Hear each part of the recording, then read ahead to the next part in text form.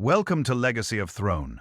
Before we dive into this extraordinary journey through history, power, and forgotten empires, make sure you hit subscribe and turn on the bell notification so you never miss our next epic story. On this channel, we uncover the rise of kings, hidden dynasties, untold wars, and the secrets that shaped our world. Subscribe now because history belongs to those who choose to remember it. The story of Hungary begins long before a Hungarian state ever existed. It begins, before the first crowned kings walked its soil, and even before the Magyar people themselves arrived in the heart of Central Europe. To truly understand how a distinct Hungarian identity eventually took shape and endured across the centuries, we must first explore the deeper and older history of the Carpathian Basin, the natural cradle within which Hungary would one day be born. This landscape, ringed by mountains on nearly every side and crossed by great rivers like the Danube and the Tisza, was, never simply empty territory waiting to be claimed. It was a crossroads, a place repeatedly shaped and reshaped by waves of human migration, conquest, cultural collision, and gradual blending, stretching back across thousands upon thousands of years. Archaeological evidence tells us that people inhabited the Carpathian Basin as far back as the Carpatholithic period, the deep ancient past when stone tools and fire defined the limits of human technology. But the first communities to leave a historically recorded mark on this region were Celtic groups living here during the first millennium before the Common Era. These Celtic communities were anything but primitive. They constructed fortified hilltop settlements, established trading networks, and produced metalwork of remarkable craftsmanship, intricate objects in iron, bronze, and gold that speak to a sophisticated and organized way of life. Their presence shaped the cultural landscape of the region for generations, leaving behind traces that later peoples would encounter and build upon. By the 1st century before the Common Era, however, the westward march of Roman ambition reached this corner of the world. Roman legions crossed the Danube and established the province of Pannonia, transforming the western portion of the Carpathian Basin into an organized imperial territory. The Romans did not merely occupy the land, they reshaped it. They laid roads that connected distant frontier posts to the heart of their empire. They constructed military fortifications to guard against threats from the east. They built cities, real, functioning urban centers with marketplaces, bathhouses, forums, and temples. The settlement of Aquincum, located near what is now modern Budapest, grew from a military camp into a bustling administrative and commercial hub. For several centuries, Pannonia was unmistakably Roman, organized, taxed, and connected to the vast imperial system that stretched from Britain to the borders of Persia. Yet Roman power was not eternal, and nothing illustrates this more clearly than what happened beginning in the 4th century of the Common Era. Great migrations began stirring across the Eurasian steppe to the east, and the ripples of that movement spread relentlessly westward. Germanic peoples, among them the Goths, Vandals, and Lombards, were pushed into the Carpathian Basin by forces even more powerful than themselves.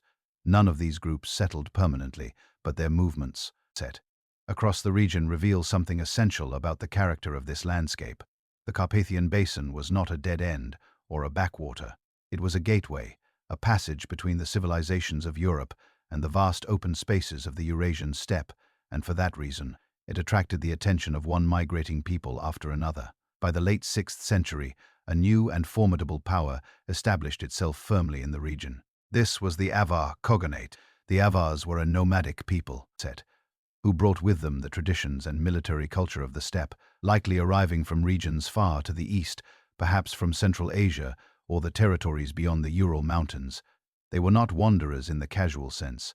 They built a strong and organized political structure, and for more than 2 centuries, they dominated the Carpathian Basin and much of the surrounding territory. Their influence was deep and lasting. They introduced new forms of mounted warfare that would later echo through the tactics of the very people who came after them. Their burial customs, discovered across dozens of archaeological sites throughout the region, reveal a rich material culture and a complex social order. Under the Avars, the Carpathian Basin functioned as the political and military heart of a steppe empire that extended its power in multiple directions. But by the early 9th century, the Avar state began to fracture. The combination of military pressure from the Frankish Empire, most notably the campaigns conducted by the formidable Charlemagne and internal Tralee, Political fragmentation gradually weakened the Khaganate until it could no longer sustain itself. As the Avar order dissolved, Slavic-speaking communities expanded into the vacuum. These were agricultural peoples, deeply rooted in the soil, who had been living on the margins of the Avar state for generations. With the Avars gone, they spread across the region, farming river valleys, establishing villages, etc., building the kinds of communities that require stability and permanence to survive. These Slavic populations would later become critically important neighbors and sometimes rivals of the people who were still making their way westward toward this same fateful landscape. While all of these transformations were unfolding in the Carpathian Basin, the ancestors of the Magyars were living a very different kind of life, far away to the east, on the vast and unforgiving expanses of the Eurasian steppe. Linguistic scholars have placed the early Magyar people firmly within the Uralic language family, a group that includes Finnish and Estonian among its modern descendants, suggesting that their most distant origins lie in the region near the Ural Mountains. The earliest ancestors of the Magyars were hunter-gatherers and herders who moved through boreal forests and open grasslands, following the rhythms of animals and seasons. Over many generations, these communities shifted gradually, southward and westward, interacting with Iranian-speaking peoples, various Turkic groups, and other nomadic cultures whose worlds overlapped with theirs on the steppe. Each encounter left its mark in vocabulary, in material culture, in the subtle ways that social customs shift when people live alongside one another for long periods of time. By the 8th and 9th centuries, the Magyars had emerged as a recognizable tribal alliance with their own distinct identity. They were living in a region historians call Etelkurs, positioned between the Dnieper River and the lower Danube, a strategically advantageous location along some of the most important overland trade routes of the medieval world. In this environment, the Magyars became known across the surrounding regions for their extraordinary mobility, their mastery of mounted archery, and their ability to form and dissolve alliances with remarkable speed and pragmatism. Their economy blended pastoral herding with early forms of agriculture, and their political life was organized around several tribal leaders whose authority was both collective and competitive. Two leadership roles carried special importance within this confederation. The Kende served a ceremonial or spiritual function, embodying the sacred authority of the community. The Jula held military command, the power to lead men into battle and to make the rapid decisions that survival on the steppe demanded. Over time, as the challenges facing the Magyar confederation became increasingly military in nature, the role of the military commander steadily grew in importance and influence. Within this evolving political environment, the figure of Olmos emerged, remembered in later Hungarian tradition as a founding ancestor and unifying leader. Although the historical record from this period is fragmentary and colored by legend, the tradition consistently credits Olmos with gathering the tribes together and establishing the lineage from which Árpád, the great leader of the migration, would descend. The rise of Olmos and Árpád reflects something profound about what was happening to the Magyar people during this era. They were moving slowly, unevenly, but unmistakably away from the loose, tribal network of the steppe and towards something more centralized, more coordinated, and more capable of acting as a unified political and military force. This transformation was not driven by ideology or grand planning. It was driven by necessity. The steppe was a world of constant competition, shifting alliances, and sudden catastrophes. Only people who could mobilize quickly, act collectively, and sustain loyalty across tribal lines had any realistic chance of long-term survival. During the 9th century, the Magyars interacted constantly and sometimes violently with the major powers surrounding them, the Byzantine Empire to the south, the Khazar Khaganate to the east, and the emerging principalities of the Eastern Slavs to the north.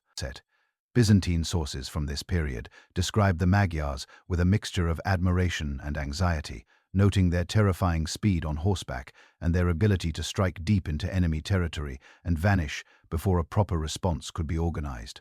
Their alliances shifted constantly, based not on ideology, but on opportunity, on who was offering more, threatening more, or standing in the way of something they needed. A major turning point came when the Magyars became entangled in the wars between the Bulgarian Empire and the Byzantine Empire. The Byzantines, always alert to the possibility of using steppe peoples as proxies, were always on the lookout for any opportunity to use them as proxies. encouraged the Magyars to attack Bulgaria from the north, hoping to relieve pressure on their own frontiers. The campaign initially succeeded in its immediate objectives, but it provoked a devastating Bulgarian counterattack.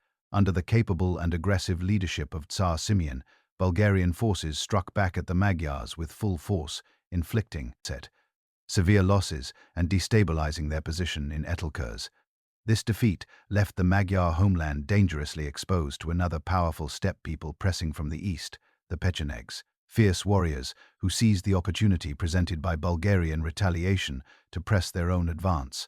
Caught between Bulgarian pressure from the south and Pecheneg aggression from the east, the Magyars faced a stark choice. They could remain in Etelkurs and risk being crushed between these two forces, or they could seek new territory where the natural landscape itself could offer protection.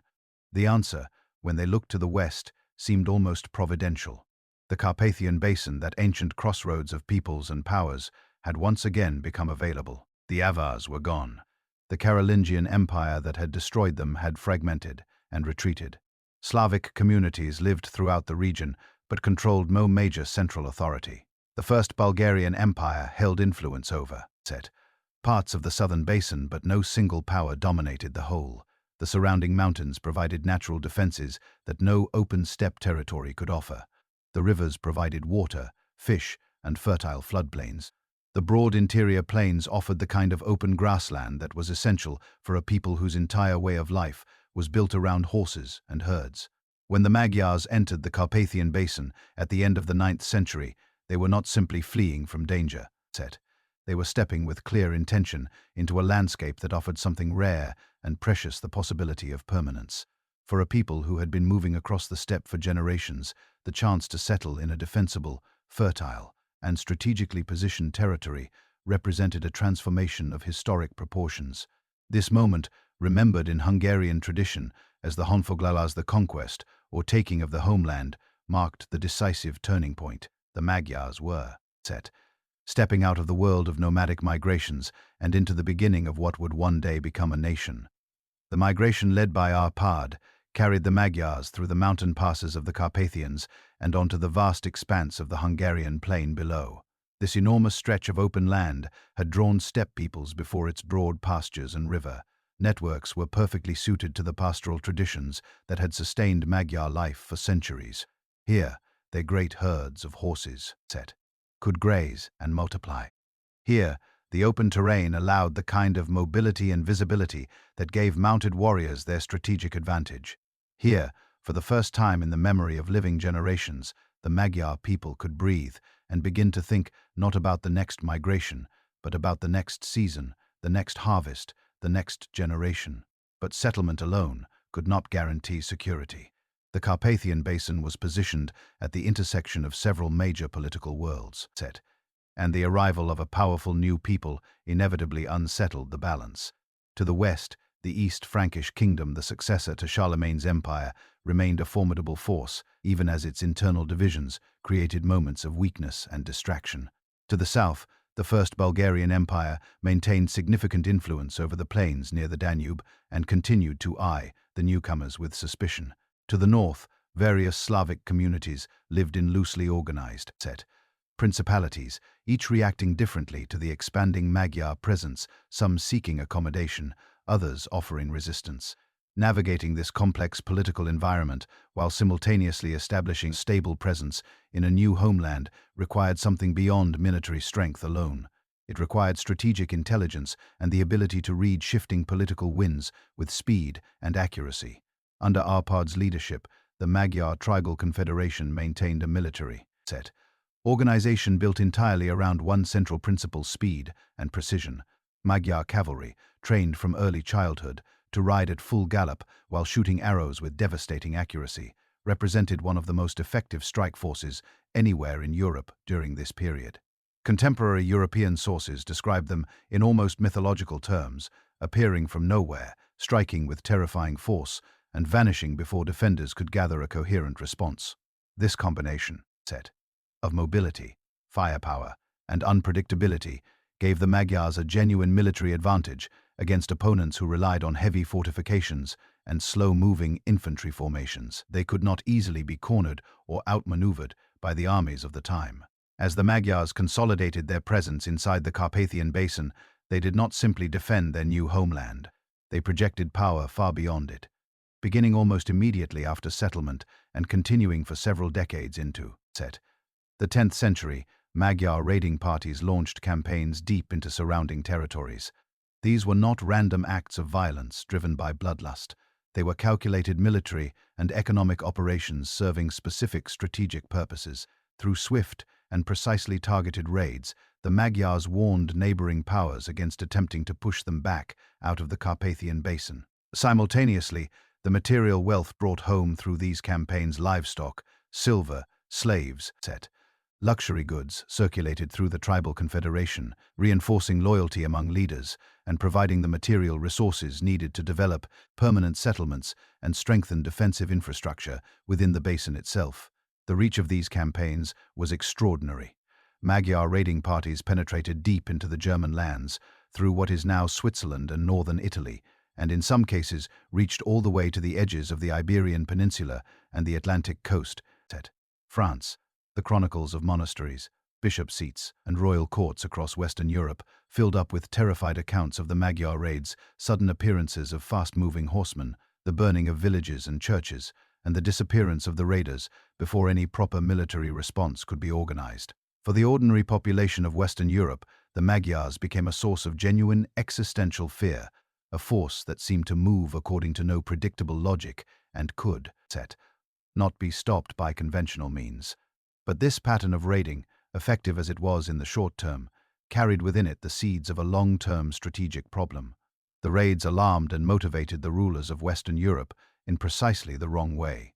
Instead of discouraging organized resistance, they encouraged it. Rulers who might otherwise have focused their energies on competing with one another began to recognize that Magyar raiding represented a common threat requiring a coordinated response.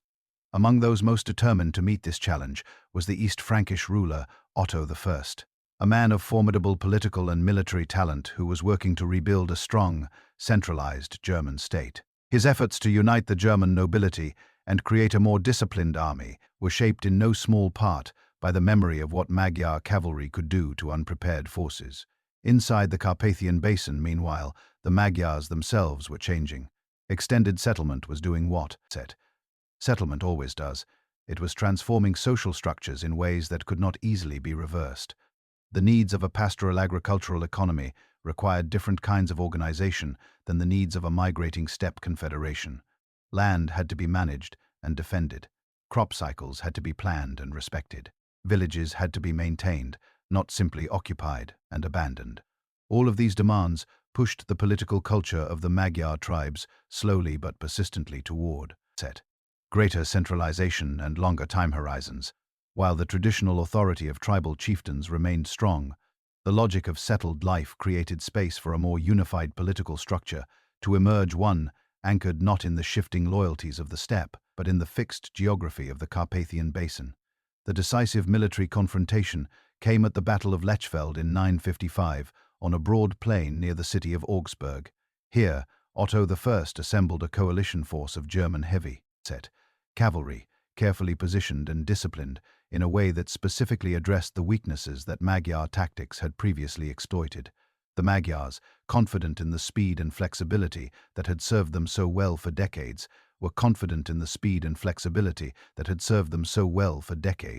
found themselves facing an enemy that refused to be drawn out, refused to panic, and refused to be separated into the isolated units that Magyar mounted archers could pick apart at range. Instead of pursuit and fragmentation, the Germans offered coordinated resistance and devastating countercharges by armored cavalry. When the battle ended, the Magyar forces had suffered a catastrophic defeat, one from which no simple regrouping or tactical adjustment could recover. The Battle of Lechfeld was a military turning point, but its deepest significance was psychological and strategic. It forced the Magyar leadership to confront a truth that could no longer be evaded. The world around them was changing, and the tactics that had carried them from the steppe to the heart of Europe could no longer guarantee their survival in the settled landscape of medieval Christendom.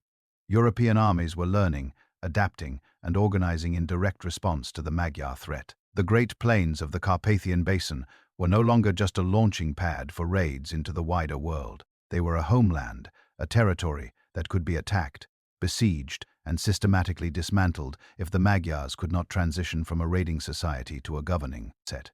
1. This realization accelerated a series of profound transformations. The Magyar economy began shifting from pastoralism towards stable agriculture, encouraging greater social cohesion and longer-term planning.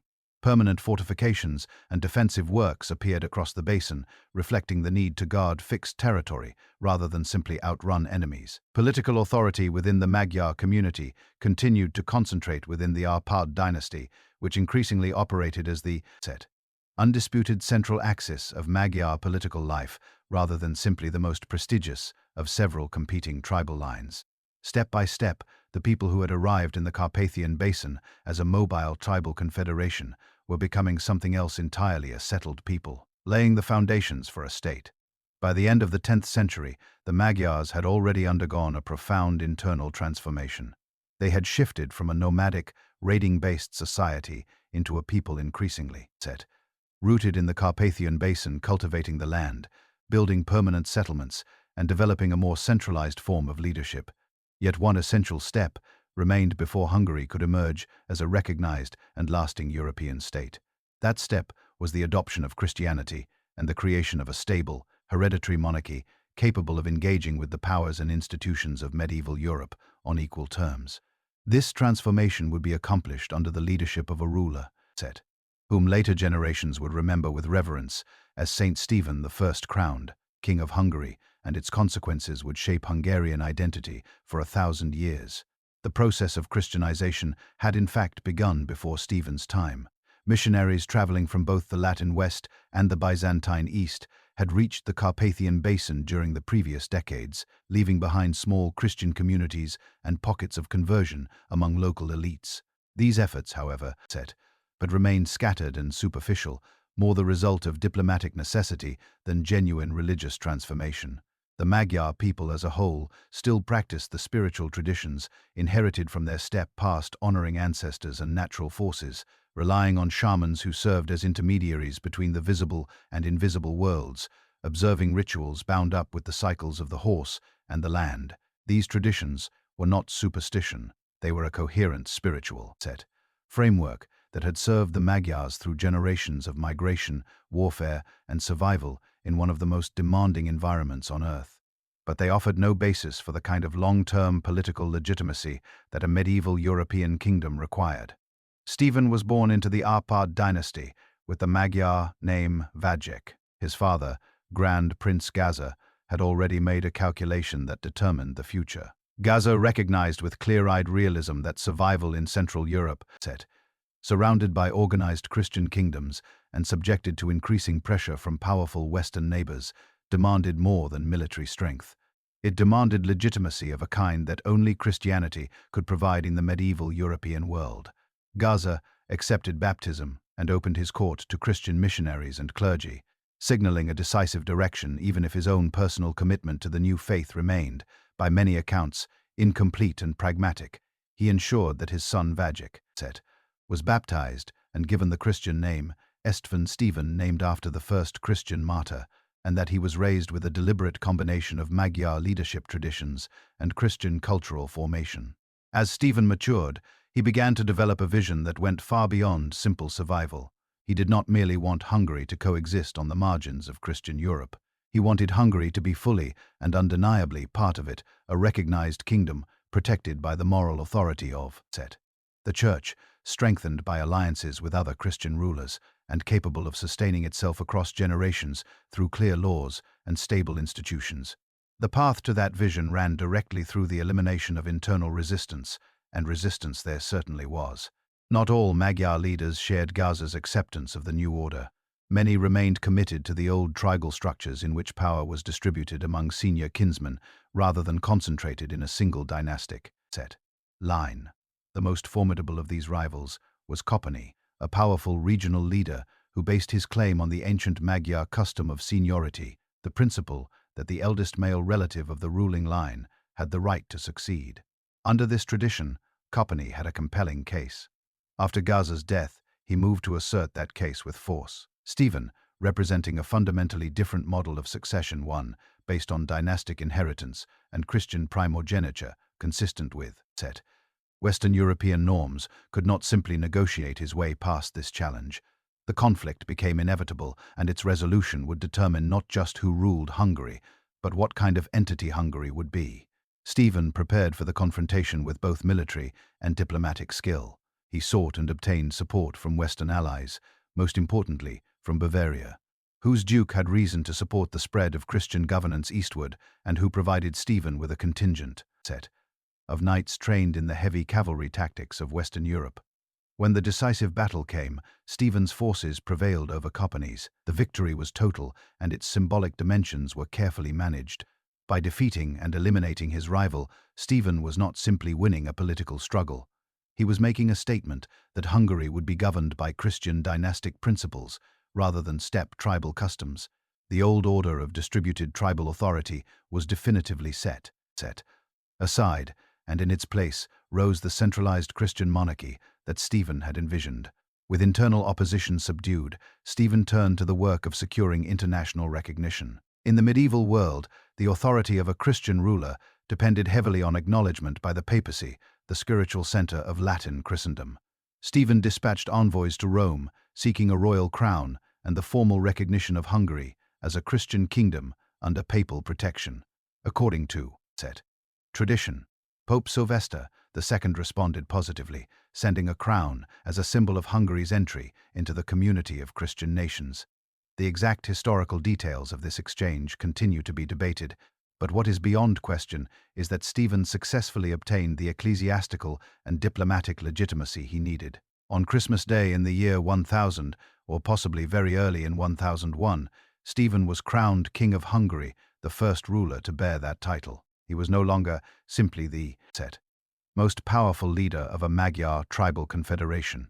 He was a king, recognized by the Church and the broader European world as the legitimate ruler of a distinct Christian kingdom. But a crown was only a symbol.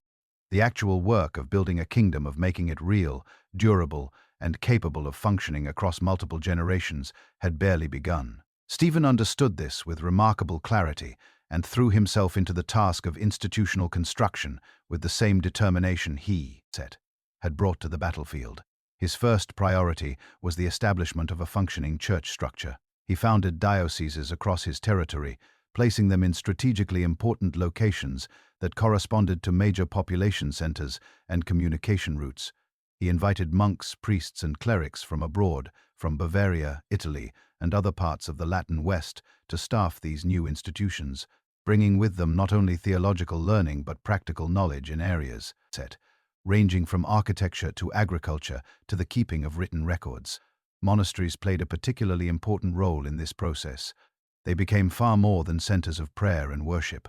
They were schools where literacy was taught, scriptoria where manuscripts were copied and preserved, workshops where new agricultural techniques were demonstrated, and hospitals where the sick were tended. They were also, in the most practical sense, nodes of royal authority institutions that tied local communities to the broader framework of the kingdom and demonstrated, in stone and ritual, that the new order had permanence and substance. Stephen encouraged the founding of monasteries, not only by royal initiative, but also by noble patronage, creating incentives for the emerging Magyar elite to invest in the new Christian order rather than resist it. Administrative organization followed closely alongside ecclesiastical development. Stephen introduced a system of counties, the comitatus, each governed by an appointed official known as an espon, who served as the direct representative of royal authority within his territory. These officials were responsible for collecting taxes on behalf of the crown, maintaining local order, adjudicating disputes, and leading the military contingents of their counties when called upon. Royal fortresses constructed at strategic points throughout the kingdom served as the physical anchors of this administrative system, providing the espons, with bases of operation and the crown with a visible presence across the entire territory.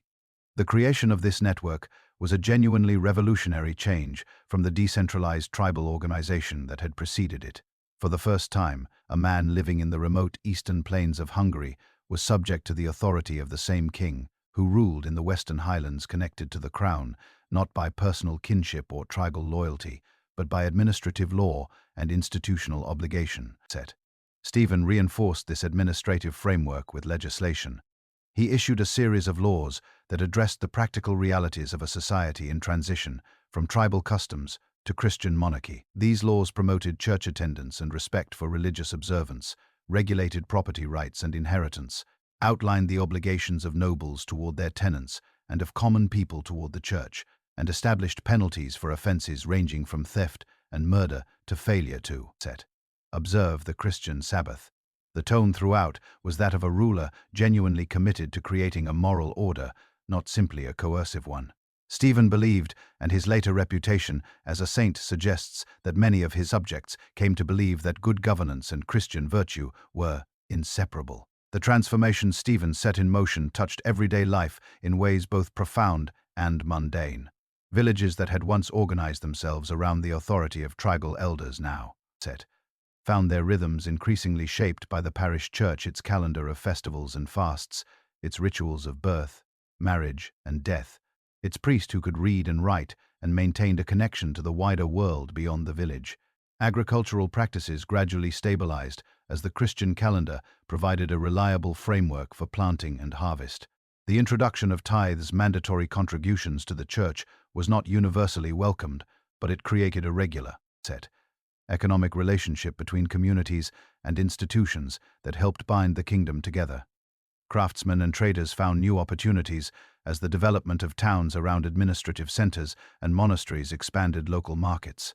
Not everyone embraced these changes willingly.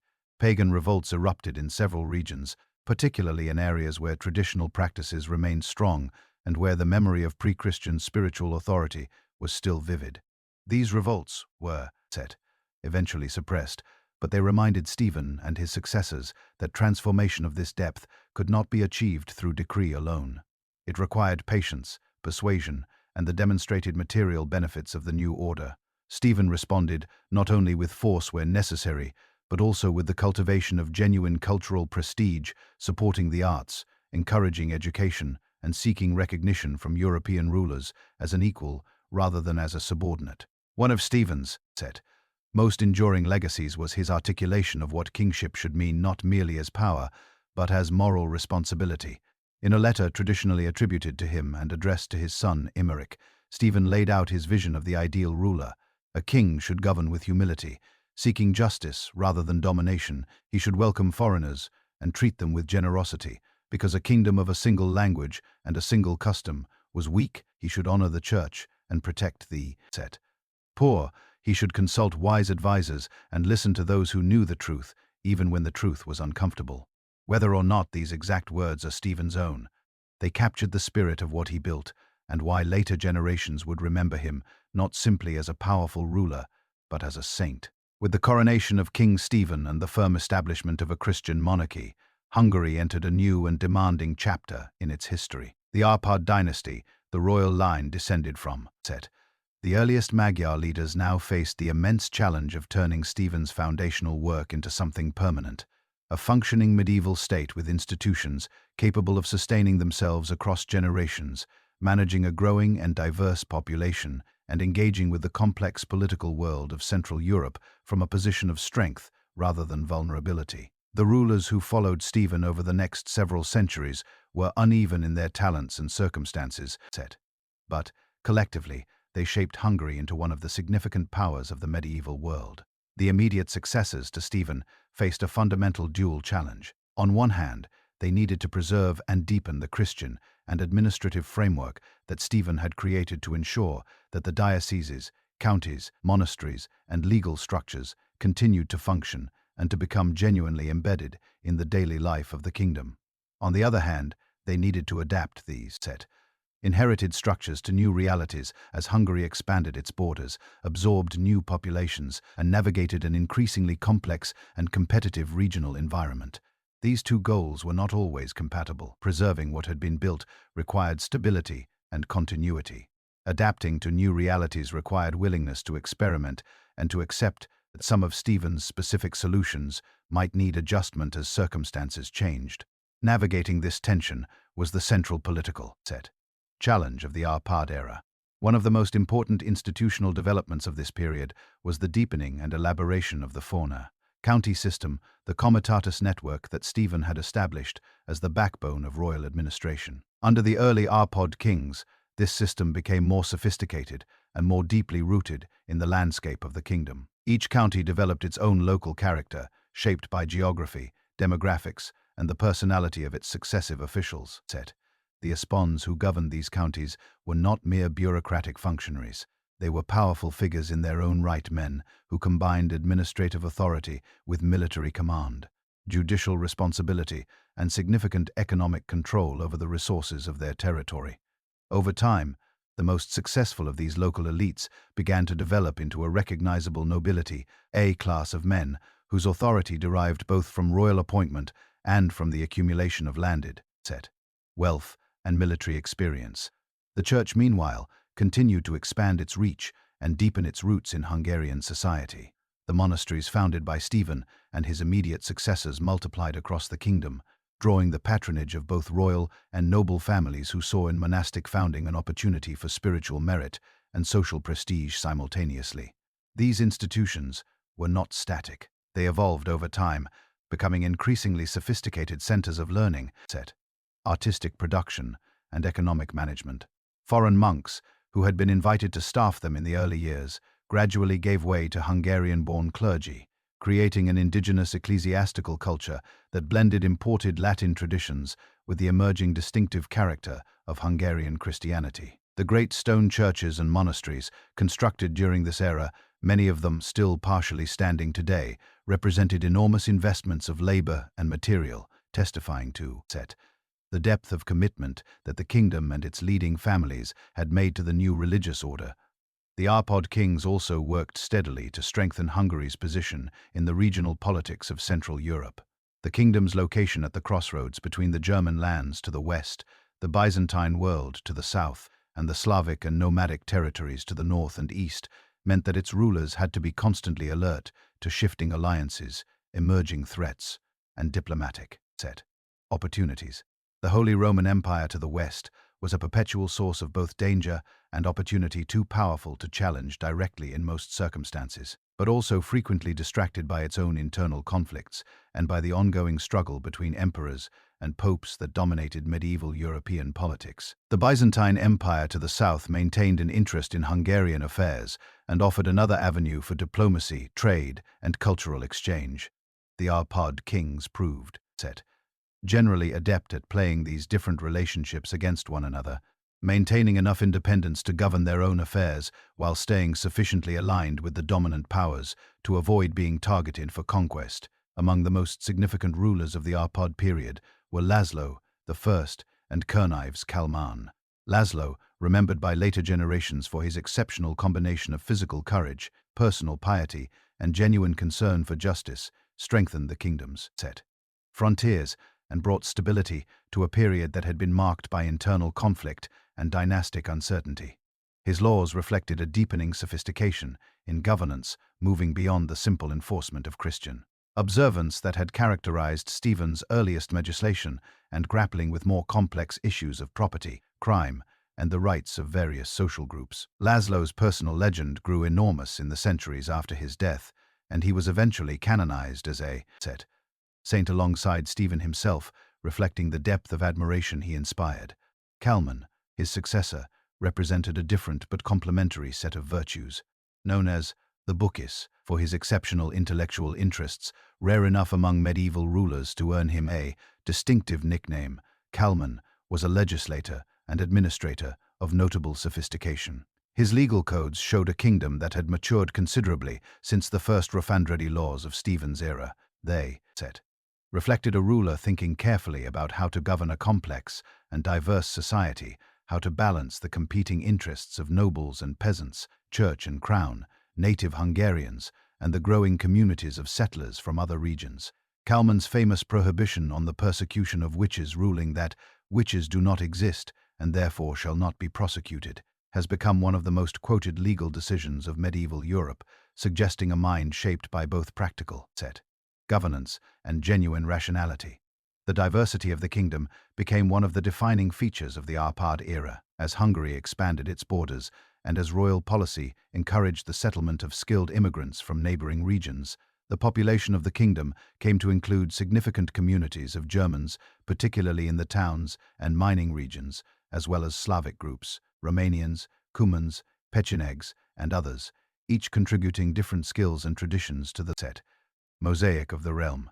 The Árpád kings generally approached this diversity with pragmatic tolerance. Different groups were often permitted to maintain their own customs, settle in defined territories, and organize their own internal affairs, as long as they fulfilled their obligations to the crown in terms of taxation, military service, and political loyalty. This pluralism was not a matter of modern liberal principle. It was a practical recognition that a kingdom with good craftsmen, skilled miners, productive farmers, and capable soldiers was stronger than one that insisted on cultural uniformity at the cost of losing valuable human capital.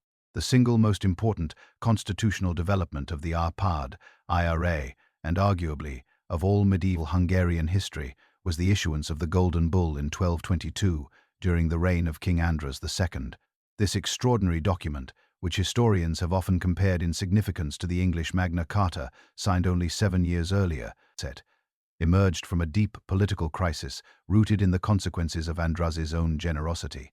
Andras had ruled in a style that prioritized the cultivation of personal loyalty through massive distributions of royal land to his supporters.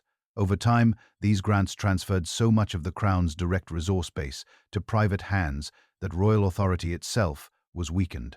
The great baronial families that had grown rich on these grants increasingly operated as semi-independent powers, resistant to royal direction and capable of defying the crown with virtual impunity. The lesser nobility knights and landholders below the level of the great magnates were caught in a difficult position.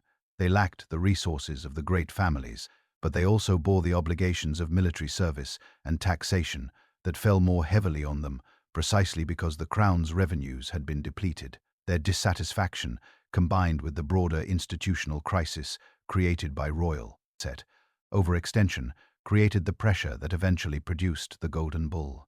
The document that emerged from negotiations between Andras and the assembled nobles was far more than a simple list of grievances.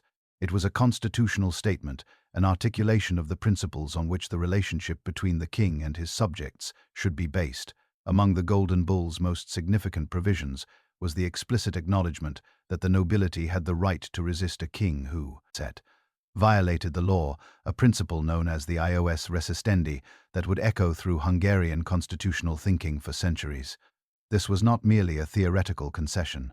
It was a formal recognition that royal authority, while supreme within its proper sphere, was not unlimited, that it was bounded by law, by custom, and by the rights of the political community. The document also confirmed and extended the privileges of the lesser nobility, the serviens regis, or king's servants, granting them protections against arbitrary royal demands and affirming their legal equality with the great magnates in certain fundamental respects.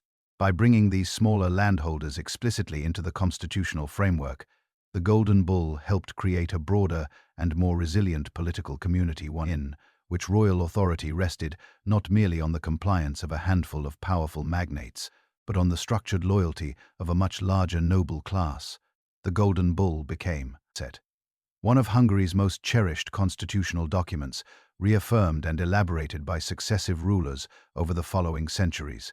Its principles that law bound king and subjects alike, that nobles had enforceable rights, that the political community had legitimate authority to hold its ruler accountable, became central to Hungarian political culture and remained points of reference long after the specific medieval circumstances that produced the document had passed away entirely. Even as the Árpád dynasty was strengthening the kingdom's constitutional and institutional foundations, Hungary faced a threat so sudden and catastrophic that it tested everything that had been built. The Mongol Empire, forged under Genghis Khan and expanded by his successors into the largest contiguous land empire in human history, had been advancing westward across the Eurasian steppe for years.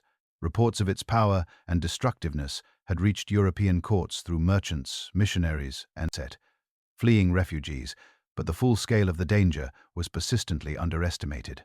European rulers, separated from the unfolding catastrophe by distance and distracted by their own immediate concerns, struggled to comprehend what was approaching until it was nearly too late to respond at all. For Hungary specifically, the approaching Mongol storm was complicated by the actions of its young king, Bala IV, who had recently inherited the throne and was already engaged in the difficult work of trying to rebuild royal authority after the excessive land grants of his father's reign. Bala was an energetic and determined ruler, but his attempts to reclaim royal resources and reassert centralized authority had made him enemies among the powerful baronial class, precisely when Hungary needed united leadership most urgently. When news arrived that the Mongols were pressing westward across the steppe, Bala was simultaneously dealing with fractious nobles, a weakened treasury, and the complex logistics of building a coherent defense. Among Bala's most consequential early decisions was his invitation to the Cumans, a nomadic Turkic people, who had been displaced from their steppe homelands by the Mongol advance to settle within Hungary's borders. Bala's reasoning was clear. The Cumans were skilled steppe warriors, intimately familiar with the kind of cavalry warfare that the Mongols practiced. If they could be settled along Hungary's eastern frontiers and incorporated into the kingdom's military structure, they might provide a crucial defensive buffer. What Bala did not fully anticipate was that the Mongols would use his protection of the Cumans as a formal pretext for aggression, accusing him of harboring enemies of the Mongol Empire and demanding their surrender. When Bala refused, the pretext became a justification for what would have happened anyway, a full-scale Mongol invasion of Hungary. The invasion came in the spring of 1241, led by the brilliant Mongol commanders Batu Khan and Subutai, the latter, arguably the greatest military strategist of the entire medieval era. Their forces did not advance along a single line. They struck from multiple directions simultaneously, exploiting the Carpathian mountain passes with a speed and coordination that left Hungarian border defenses no time to consolidate or send warnings effectively. The Mongols had prepared this campaign with exceptional thoroughness, gathering intelligence about Hungarian military organization, studying the terrain of the Carpathian Basin, and developing tactics specifically designed to neutralize the kind of cavalry-based resistance that Hungary could deploy. Bala gathered his forces and marched to meet the invasion, but the response of the Hungarian nobility revealed the kingdom's deepest vulnerabilities.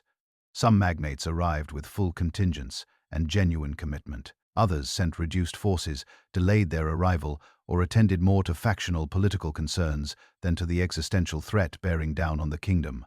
The Hungarian army that assembled was substantial in numbers, but it lacked the unity of command and the tactical coherence that the Mongol forces possessed in abundance. Critically, the film received mixed reviews from critics. The recent arrival of the Cumans had actually deepened, rather than resolved, this problem. Tensions between the Cumans and Hungarian nobles erupted into violence in the camp, leading to the murder of the Cuman leader and the subsequent departure of the Cuman warriors from the battlefield entirely, depriving Hungary of exactly the kind of mounted expertise that might have helped counter Mongol tactics. The decisive confrontation came at the Battle of Mohai on the Sajo River in April 1241. It was a disaster of the first magnitude. The Mongols executed a complex operation that combined a frontal assault on the main Hungarian positions with a sweeping flanking movement across a bridge the Hungarians believed was secured. As Hungarian forces became compressed in their camp and then struck from multiple sides simultaneously, the army disintegrated. The slaughter was enormous. Among the dead were archbishops, bishops, and hundreds of nobles, virtually an entire generation of Hungary's military and ecclesiastical leadership. Bela himself barely escaped with his life, fleeing westward and eventually finding temporary refuge in the Adriatic coastal lands of the Croatian kingdom. What followed the battle was not a rapid withdrawal, but a systematic destruction.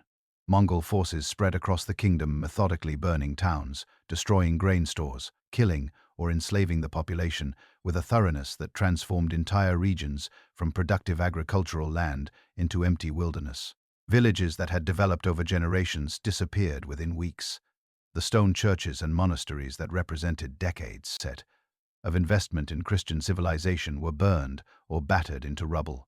Refugees flooded toward whatever natural defenses the landscape offered: forests, marshes, river islands, but many were tracked down and killed anyway. Contemporary accounts, written by survivors who struggled to find language adequate to what they had witnessed, describe a landscape of absolute ruin, emptying of human life as completely as if the land itself had turned hostile. The Mongols remained in Hungary through the winter of 1241 to 1242, demonstrating their ability to sustain operations even in cold weather, another tactical capability that confounded European expectations. Then, as suddenly and inexplicably as a force of nature, they withdrew. The death of the great Khan Urgedei in Mongolia required the presence of Mongol leaders at a Kurultai, a great assembly to select the next ruler, and this political obligation pulled Batu Khan and his forces back eastward. Historians continue to debate whether the withdrawal would have been permanent in any case, given the logistical challenges of maintaining a Mongol occupation so far from the steppe heartland, but the immediate cause of the departure was internal Mongol politics rather than successful Hungarian resistance. When Bela returned to his devastated kingdom, he demonstrated a quality of leadership that would later earn him the title the second founder of the state. Lesser rulers, confronted with ruins on this scale, might have abandoned themselves to despair or simply attempted to rebuild what had existed before. Bela did neither. Instead,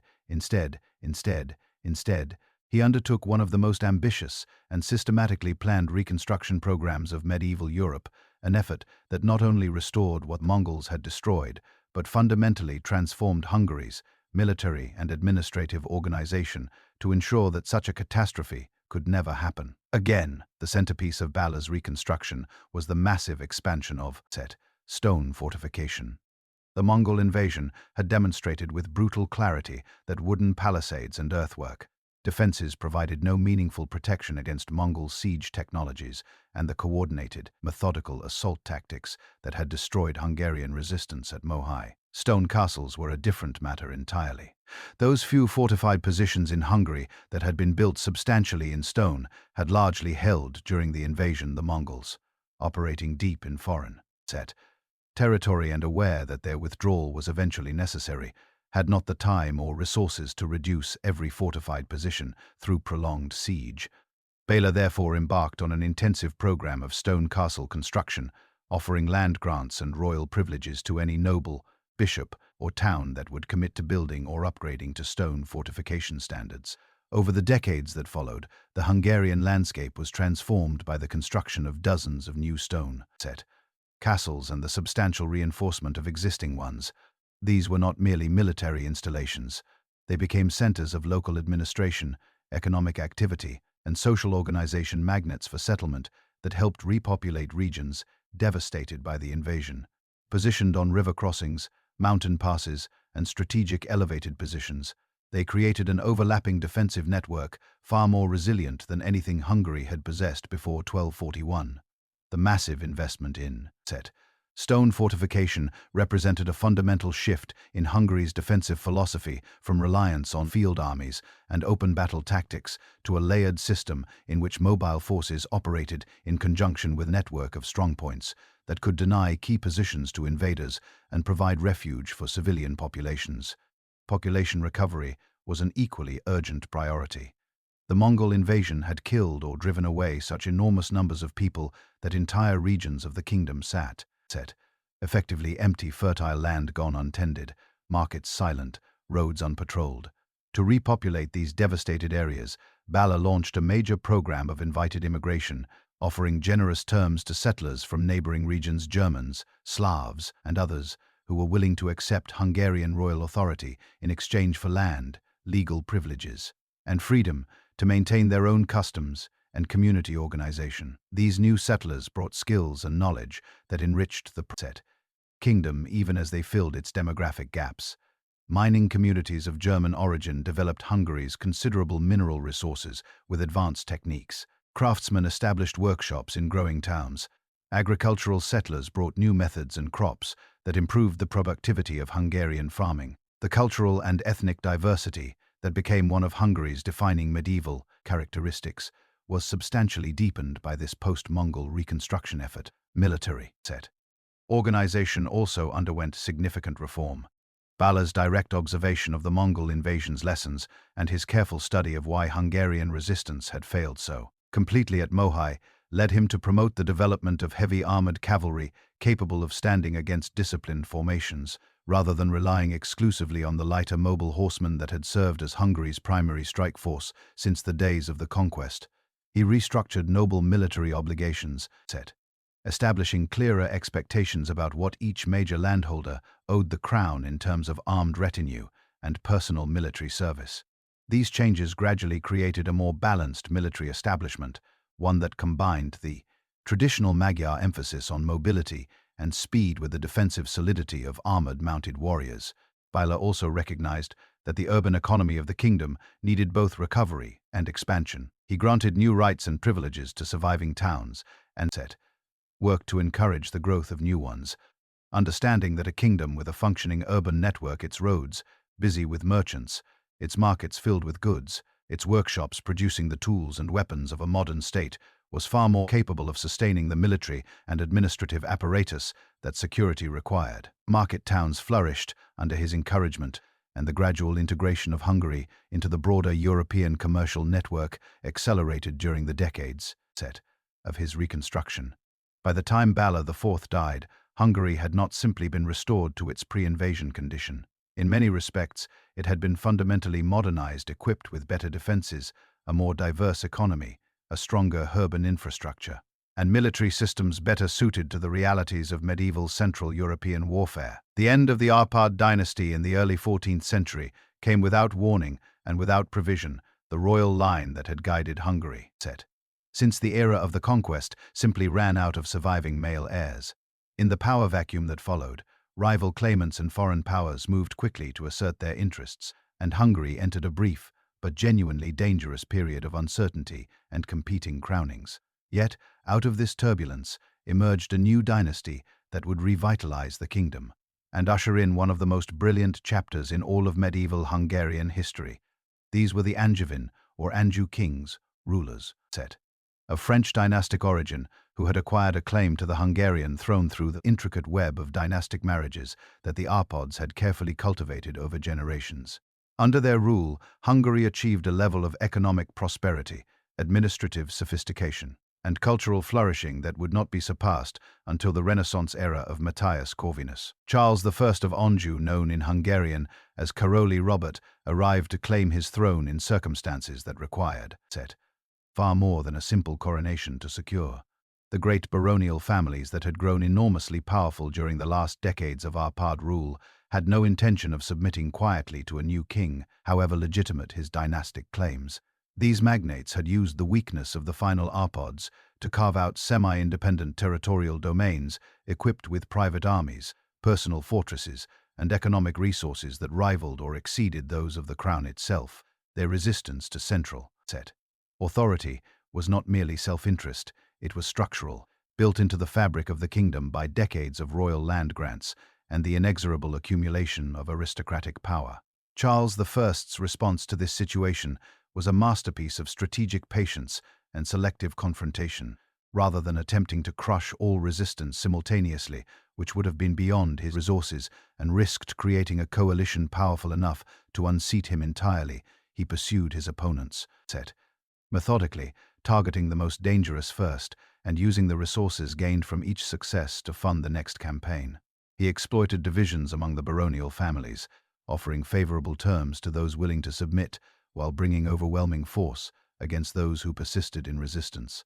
Over the course of more than a decade of patient, often grinding political and military struggle, he dismantled the baronial power centers one by one, recovering royal lands, demolishing unauthorized fortifications, and reasserting the principle that the crown, not individual magnates, held ultimate authority over the kingdom's territory and people. With the baronial threat neutralized and royal authority reconstructed on a firmer basis than it had enjoyed in generations, Charles I turned his considerable energies toward economic reform and the development of a more prosperous and better organized kingdom. His most transformative achievement in this domain was the reorganization and dramatic expansion of Hungary's mining industry. Hungary possessed substantial deposits of precious metals, gold and silver in particular, located primarily in the upland regions of the northern and northeastern part of the kingdom, in areas corresponding to what is now Slovakia and parts of western Romania. Under the previous system, these resources had been exploited inefficiently and their revenues had flowed in large part to the great magnates who controlled the surrounding territories. Charles systematically restructured the governance of mining, bringing in skilled German miners whose technical expertise was far in advance of existing Hungarian practice, establishing more rational systems of production management and critically ensuring that royal revenues from precious metal extraction increased dramatically. The consequences of this mining reform were profound. By the time Charles's reorganization was fully in effect, Hungary had become one of the leading producers of gold in all of Europe, providing roughly a third of the entire European output, according to some estimates of the period. This enormous wealth flowed into the royal treasury, funding an administrative apparatus of unprecedented sophistication, supporting diplomatic initiatives across the continent, and enabling military campaigns that extended Hungary's influence into surrounding regions.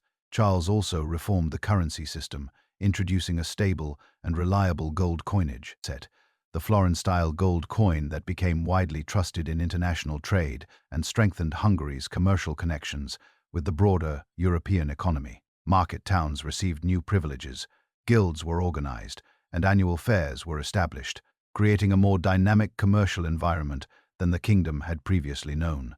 The Hungary that Charles I passed to his son was transformed almost beyond recognition from the fractured, baronially dominated realm he had inherited. It was prosperous, well-administered, internationally connected, and equipped with the financial and institutional resources to sustain an ambitious foreign policy. The man who inherited these resources was Louis I, known to history as Louis the Great, a king whose reign would be long, accomplished, and genuinely impressive by the standards of any era. Louis the Great came to his throne as a young man and reigned for decades, outlasting most of the major figures of his era and shaping Hungarian and Central European politics across an extraordinary span of time. He combined his father's administrative acuity with personal qualities that contemporaries found deeply compelling: physical courage displayed repeatedly on campaign, a genuine and evidently sincere personal piety that manifested in generous ecclesiastical patronage, and an approach to governance that emphasized the importance of justice as a royal virtue rather than merely a political tool. His reputation for personally hearing the appeals of ordinary subjects, for making himself accessible to those who felt wronged by local officials or powerful neighbors, became central to his legend and to the esteem in which later generations held him. Louis's legal reforms extended and refined the work of his father, addressing the complex questions of property, inheritance, and legal procedure that a growing and increasingly sophisticated kingdom inevitably generated. His legislation introduced important protections for the lesser nobility, the Servients, and their successors, ensuring that their lands could not be arbitrarily seized and that their legal standing within the kingdom was clearly defined and defended. He also issued laws protecting peasant rights against the most extreme forms of exploitation, reflecting a sense of royal responsibility toward all subjects rather than merely the elite. These reforms did not transform Hungary into anything resembling a modern egalitarian society, but they strengthened the framework of law and established the principle that royal justice should reach throughout the kingdom, not merely into its upper echelons. In foreign policy, Louis pursued an ambition that matched the resources his father had accumulated. He engaged in military campaigns in multiple directions, westward, southward, and eastward, with a determination that earned him genuine prestige across Europe and considerable additional territory for Hungary. His campaigns in the Balkans extended Hungarian influence into territories that had previously been contested between Hungary and various Balkan powers. His conflict with Venice over the Dalmatian coast brought that strategically vital Adriatic coastline under Hungarian sovereignty for periods that, while not permanent, demonstrated the kingdom's capacity to project power onto major international disputes. His brief kingship of Poland, acquired through dynastic inheritance rather than conquest, added yet another dimension to his extraordinary career and temporarily created one of the largest kingdoms in medieval Europe. Culturally, the Angevin period under Louis was one of remarkable vitality. The royal court became a center of artistic and intellectual patronage, attracting scholars, artists, and craftsmen from across Europe and creating an environment in which the Gothic architectural style, with its soaring stone vaulting, enormous stained glass windows, and elaborate sculptural programs flourished in Hungary, as it had already flourished in France and England. New churches and cathedrals were constructed or expanded across the kingdom. Illuminated manuscripts were produced in workshops that combined imported techniques with developing Hungarian artistic traditions. The court's diplomatic connections with France, Italy, and the papacy facilitated cultural exchange on a grand scale, bringing Hungary into the mainstream of European artistic and intellectual life, rather than leaving it as a peripheral consumer of others' cultural productions. The limitations of the Angevin achievement became visible only after Louis's death, when the absence of a male heir, a recurring tragedy in Hungarian dynastic history, once again placed the question of succession at the center of political life. Louis's daughter Maria inherited the throne, but her reign lacked the personal authority and political skill that her father had brought to every challenge. Noble factions competed for influence over the young queen and her regents, reverting to patterns of baronial assertion that Charles I had spent years suppressing. The prosperity and stability of the Angevin peak began to erode, creating vulnerabilities that a new and more formidable external threat would soon exploit with devastating consequences. As the medieval period progressed and the achievements of the Angevin era gradually gave way to renewed political fragmentation, Hungary found itself confronted by a challenge of an entirely different order from anything it had previously faced.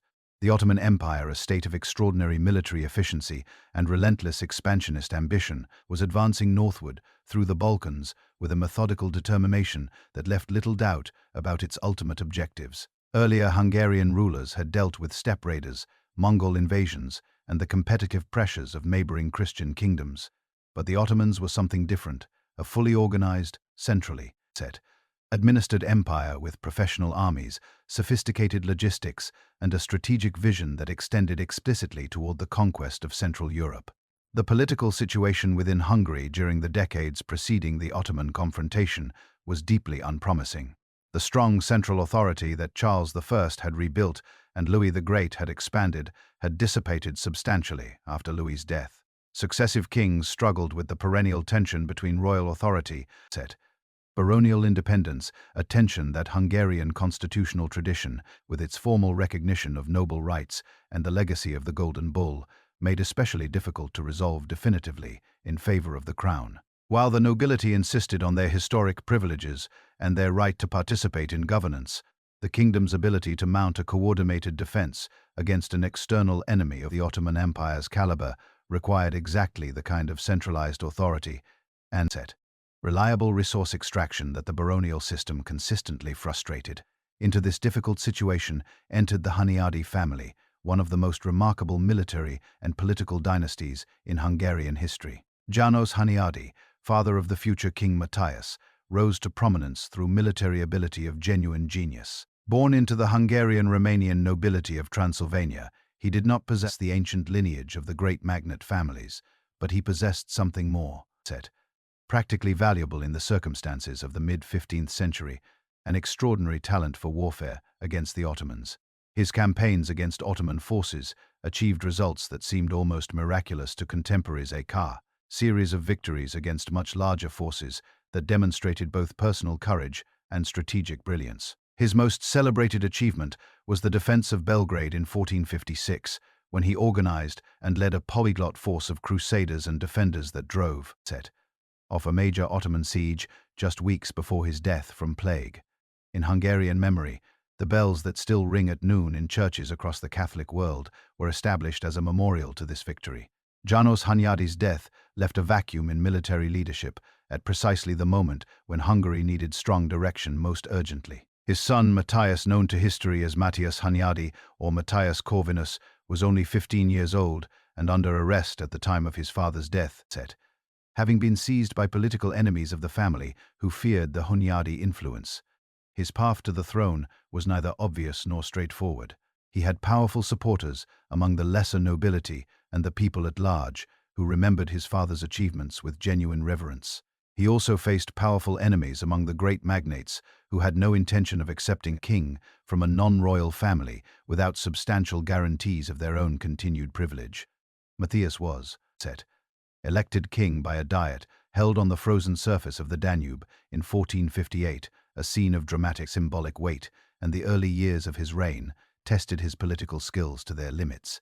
He had to navigate between magnates who expected to dominate a young and inexperienced king, foreign powers who saw Hungary as a prize or a tool, and the chronic financial difficulties that had plagued the Hungarian crown for decades.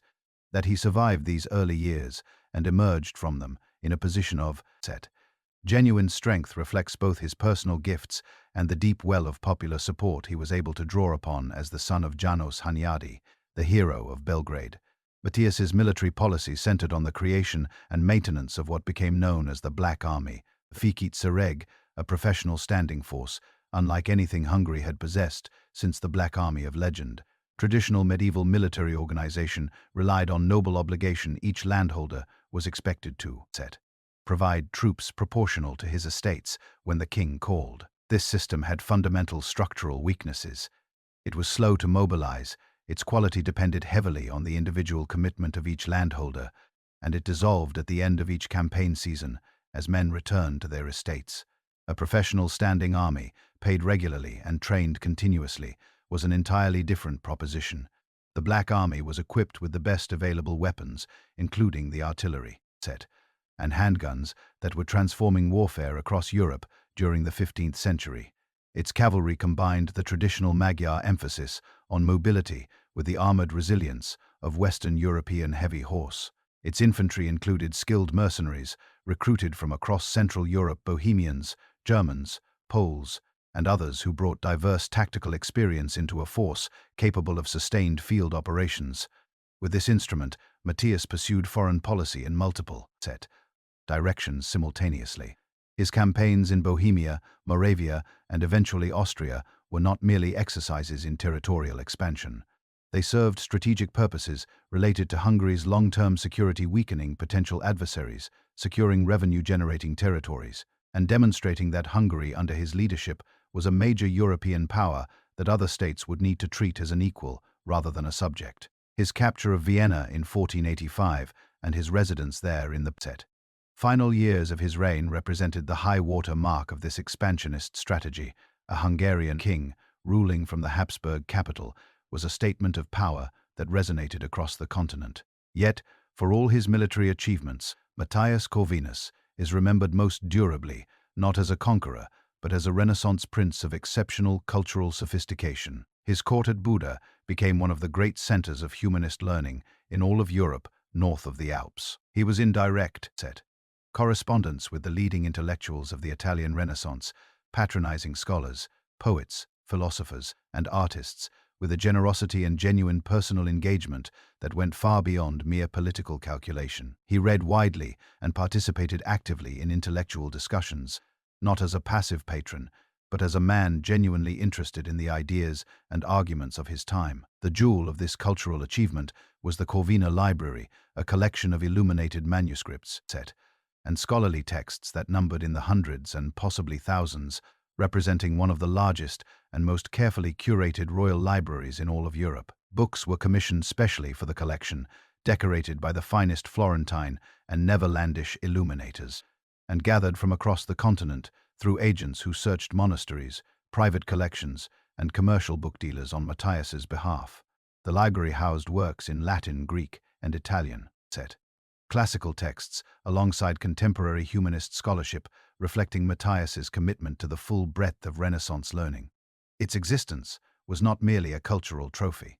It made Buda a destination for scholars who wanted access to rare texts, and the intellectual activity it sustained contributed directly to the spread of humanist ideas among the Hungarian nobility and clergy. Administrative reform accompanied cultural patronage.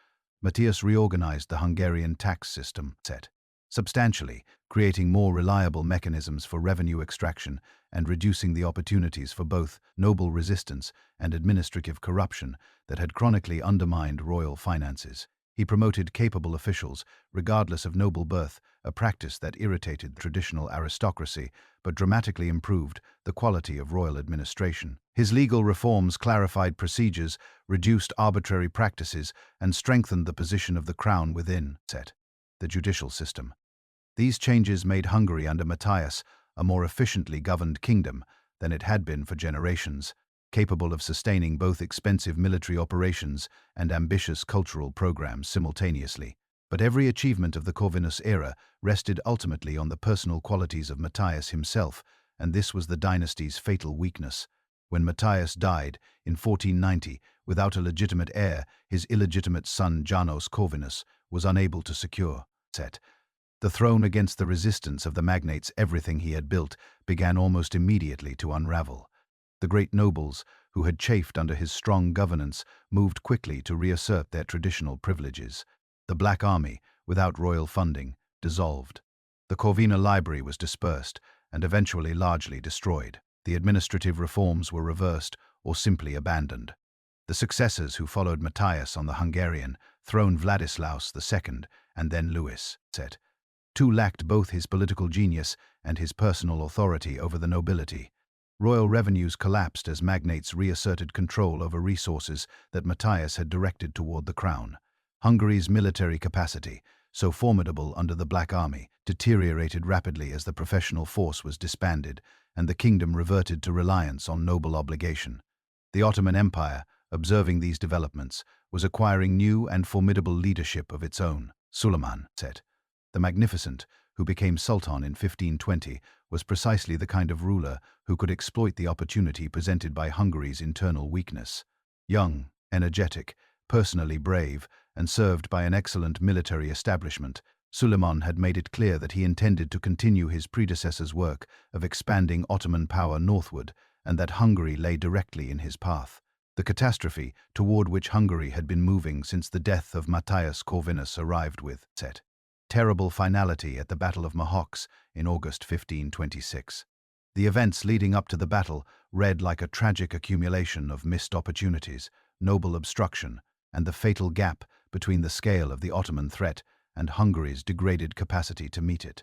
King Louis II, only 20 years old at the time of the battle, was a young man placed by dynastic accident in circumstances that would have tested the greatest rulers of any era. He had inherited a kingdom whose royal revenues had been gutted by noble resistance to taxation, whose military establishment had deteriorated badly from the Matthias Corvinus peak, and whose great magnate families placed their factional interests ahead of collective defense with a consistency that would have been cynical in any circumstances and was absolutely suicidal in these. Diplomatic appeals to the rest of Christian Europe for assistance against the approaching Ottoman army had produced sympathy but little material support. The great powers of Western Europe, the Habsburgs, France, the papacy, were consumed by their own mutual conflicts, particularly the massive struggle between Charles V and Francis I that was draining the attention and resources of the Catholic world at exactly the moment when Hungary most needed assistance. Pope Clement VII offered prayers and some money. The Holy Roman Emperor, Charles V, promised much and delivered little. Hungary faced the Ottoman army essentially alone. Suleiman's forces numbered somewhere between 60 and 100,000 men, depending on the source, a formidable professional army equipped with artillery, disciplined infantry in the form of the Janissaries, and cavalry in enormous numbers. They had advanced up the Danube with methodical efficiency, reducing fortified towns along the way with the professional ease of an empire that had been conducting siege warfare for generations.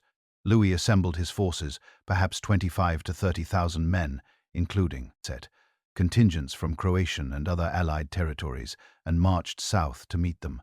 The decision to give battle rather than delay and hope for more time or reinforcements was defensible in theory, but catastrophic in practice. The battlefield at Mohocs was flat open ground near the Danube terrain that offered no advantage to a smaller force, and every advantage to an army with Ottoman numbers and artillery. The battle itself was brief and devastating. A Hungarian cavalry charge initially achieved local success, disrupting some Ottoman units and creating momentary confusion. But the Janissary infantry and Ottoman artillery, positioned in depth and operating with coordinated efficiency, halted and then destroyed the momentum of the charge. As the Hungarian forces became exposed, flanking Ottoman cavalry swept around their positions. The battle became a rout, and the rout became a slaughter. King Louis II fled the field and drowned crossing a flooded stream in the chaotic retreat. Estimates of Hungarian losses vary, but they included a substantial proportion of the kingdom's military leadership: archbishops, bishops, magnates, and thousands of soldiers. The political consequences of Mohawks unfolded with a speed that matched the scale of the military disaster. With the king dead and no legitimate heir, the succession crisis that the magnate families had been managing through factional competition for decades now became an existential crisis for the kingdom itself.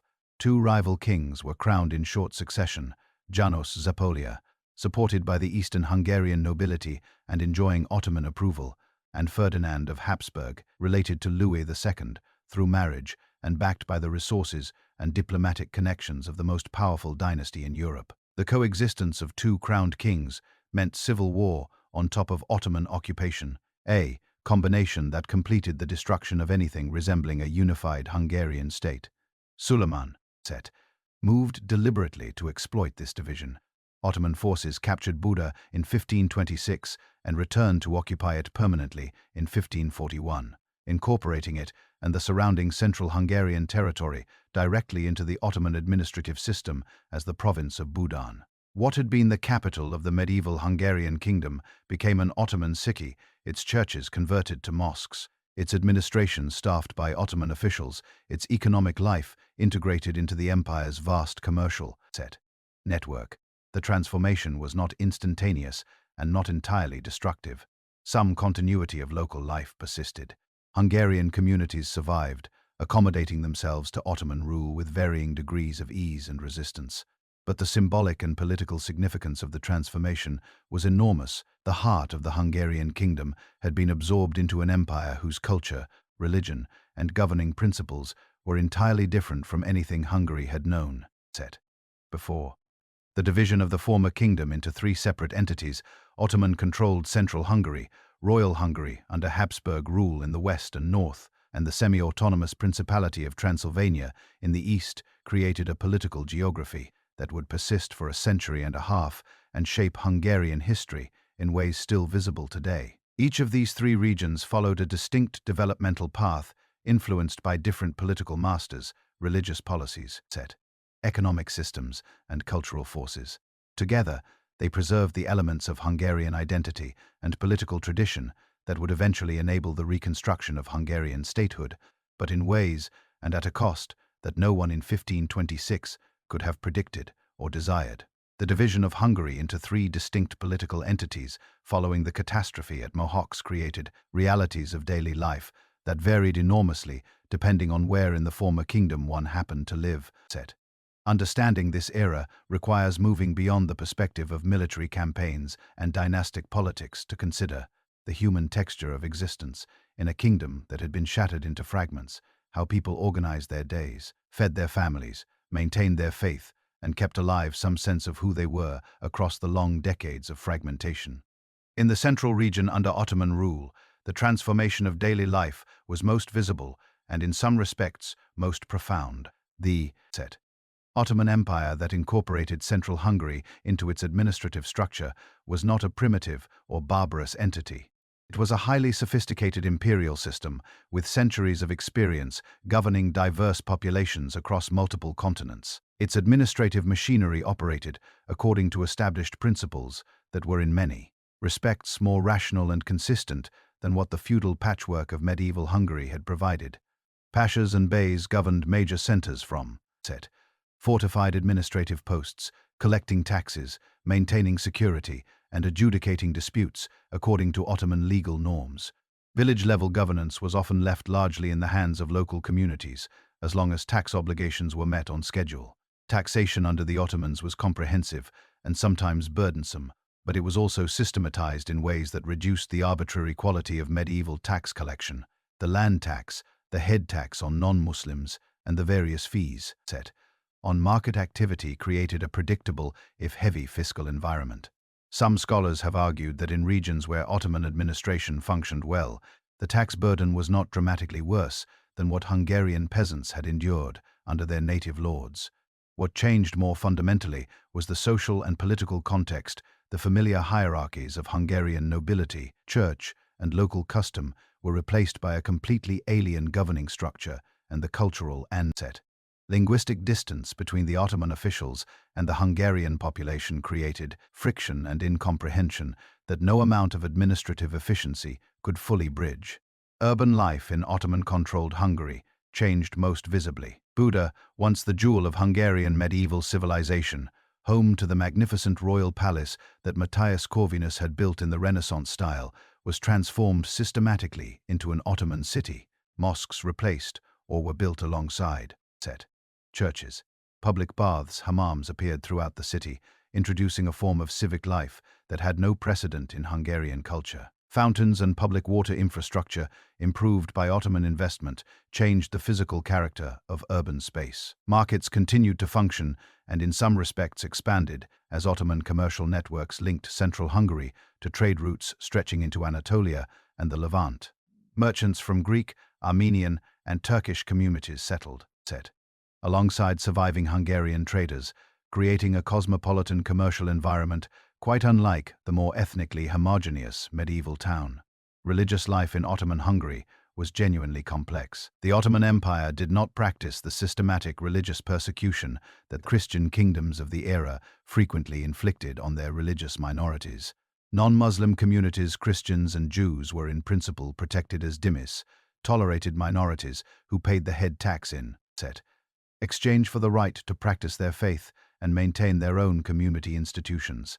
In practice, this meant that Christian churches continued to function in Ottoman Hungary, though under various restrictions, and the Hungarian population retained its Christian identity across the entire period of Ottoman rule. Paradoxically, the Ottoman religious tolerance created space for Protestant movements, Lutheranism and Calvinism, to spread more freely in Ottoman Hungary than in regions under Habsburg counter-reformation pressure.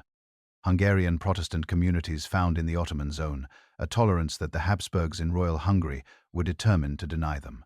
Royal Hungary, the western and northern strip of the former kingdom that remained under Habsburg governance, offered a dramatically different experience. The Habsburgs presented themselves explicitly as crusaders and defenders of Christian civilization against the Ottoman advance, and they invested considerable resources in constructing and maintaining the military frontier, a deep defensive zone of fortresses, watchtowers, and garrisoned posts that stretched along the border between Habsburg and Ottoman territory. Life in this zone was shaped by the rhythms of military preparedness, punctuated by raids, counter-raids, and occasional full-scale Ottoman campaigns that swept everything before them. Away from the military frontier, in the safely Habsburg-controlled interior of Royal Hungary, life was more settled, but still profoundly affected by the political realities of the era. The Counter-Reformation, the Catholic Church's systematic effort to recover ground lost to Protestantism across Europe, was pursued with particular vigor by the Habsburgs, who saw religious unity as essential to political cohesion. Jesuit missionaries established schools, colleges, and churches across Royal Hungary. Protestant communities, which had initially spread quite rapidly in Hungary during the mid-16th century, finding considerable resonance among both nobility and common people, faced increasing pressure, restriction, and occasional forced conversion. The resulting religious tensions created deep social fault lines that persisted long after the theological battles had been formally resolved. Administratively, Royal Hungary was managed through a complex set of institutions that attempted to maintain the appearance of Hungarian constitutional continuity while gradually integrating the territory more deeply into the Habsburg system. The Hungarian Diet continued to meet, the Palatine office was eventually revived after a long vacancy, and the formal language of governance invoked the historic constitutional traditions stretching back to the Golden Bull.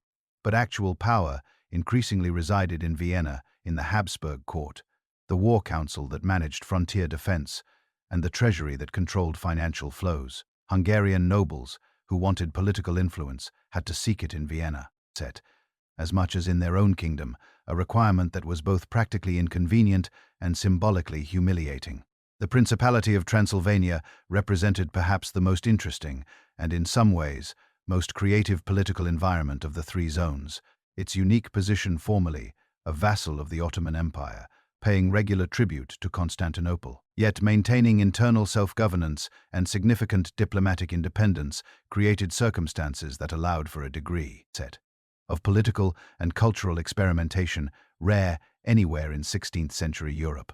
The Transylvanian Diet, in which the three nations of nobles, Saxons, and Shakleys each had recognized representation, provided a forum for genuine political debate and decision-making. The princes who governed Transylvania were not merely Ottoman puppets.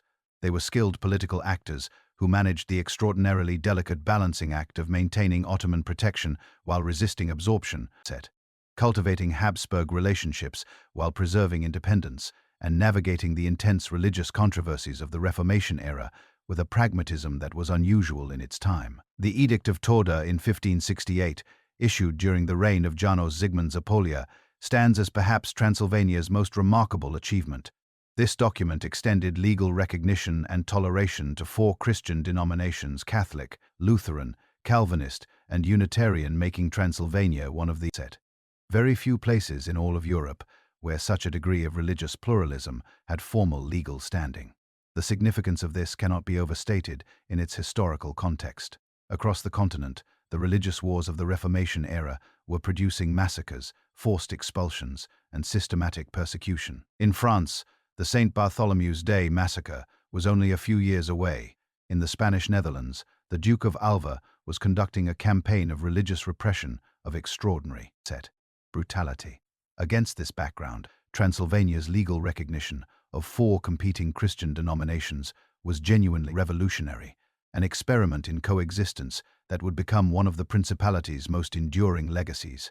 Under Transylvanian princes from the Bathory family and their successors, the principality developed into a culturally vibrant region whose intellectual and artistic life was enriched by the convergence of multiple traditions. Printing presses established in multiple towns produced books in Hungarian, Latin, Romanian, and German.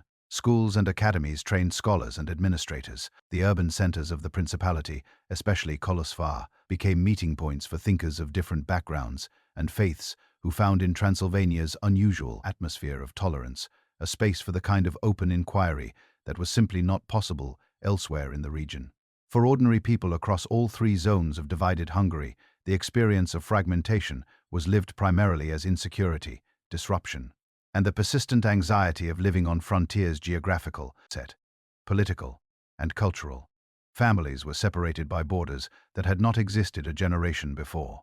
Trade routes that had integrated the Hungarian kingdom economically were disrupted by political division and military activity. Agricultural communities near the Ottoman Habsburg frontier endured recurrent raids by both sides, Ottoman forces and their Crimean Tatar allies raiding deep into royal Hungary for captives and plunder, Habsburg frontier soldiers raiding back across the border in kind. Villages were burned, livestock driven away, and people taken into captivity with regularity. The slave trade in captive Hungarians, which fed both Ottoman markets and the Habsburg ransom system, became one of the more terrible constants of life in the frontier zone. Yet, through all of this, Hungarian identity endured and, in some ways, deepened. The shared language, the shared memory of the medieval kingdom, the symbol of the Holy Crown of St. Stephen, these continued to bind together people, who lived under 3 different political systems and experienced 3 very different versions of daily life. The Hungarian language itself, marginalized in administration by Latin in Royal Hungary and by Ottoman Turkish in the Central Zone, became more consciously cherished as a marker of identity, precisely because it was under pressure. Hungarian writers, preachers, and scholars produced works in the vernacular language with a new intentionality, understanding that language was not merely a medium of communication, but a form of cultural resistance against absorption into the various foreign systems competing to define what this territory and its people were. By the late 17th century, the long stalemate of the tripartite division was approaching its end. The Ottoman Empire, which had seemed so inexorable in the 16th century, had been gradually losing momentum across multiple fronts for decades. Military setbacks, economic difficulties, and the institutional rigidities of a vast empire struggling to adapt to changing military technologies and fiscal demands had collectively eroded Ottoman capacity. The empire still possessed enormous resources and remained formidable, but it could no longer project the overwhelming force that had swept through Hungary in the 1520s. The Christian powers of Europe, meanwhile, had been reorganizing and mobilizing. The shock of the failed Ottoman siege of Vienna in 1683, when an Ottoman army that had penetrated deep into Habsburg Territory was turned back by a relief force that included Polish, German, and Papal contingents, marked a decisive psychological turning point. The failure of this siege, which had been the most serious Ottoman threat to Central Europe in more than a century, transformed the defensive into the offensive. Under the banner of the Holy League, a coalition sponsored by Pope Innocent XI and including the Habsburg monarchy, Poland, Venice, and eventually Russia, European forces moved to exploit Ottoman weakness systematically.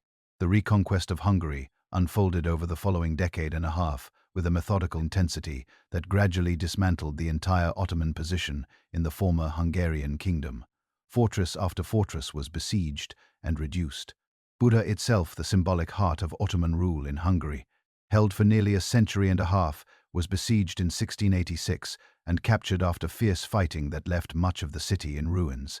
The liberation of Buda was celebrated across Christian Europe as a moment of historic significance, marking the reversal of what had seemed like an irreversible Ottoman advance. By the Treaty of Karlowitz in 1699, the Habsburgs formalized their control over most of the former Hungarian kingdom, incorporating territories that had not been under Christian rule within living memory into the broader Habsburg administrative system. But the rejoicing over Ottoman expulsion was complicated almost immediately by the reality of what replaced it. The Habsburgs, who had invested heavily in the military campaigns of reconquest and who viewed Hungary as a territory that needed to be firmly managed rather than autonomously governed, moved to consolidate their authority in ways that rode roughshod over Hungarian constitutional traditions and the expectations of the Hungarian nobility. Royal revenues were dramatically increased. New taxes were imposed. Administrative posts were given to Habsburg loyalists, regardless of the traditional rights of Hungarian noble families to govern their own affairs. The Counter-Reformation offensive, already vigorous in royal Hungary, was now extended into formerly Ottoman territories where Protestant communities had survived under Ottoman tolerance, and they now found themselves under pressure that felt uncomfortably like persecution. Land confiscation struck at the Hungarian nobility's most fundamental interests. Estates whose owners had collaborated with the Ottomans or were accused of doing so were seized and redistributed to Habsburg loyalists, many of them foreigners with no connection to Hungary's history or traditions.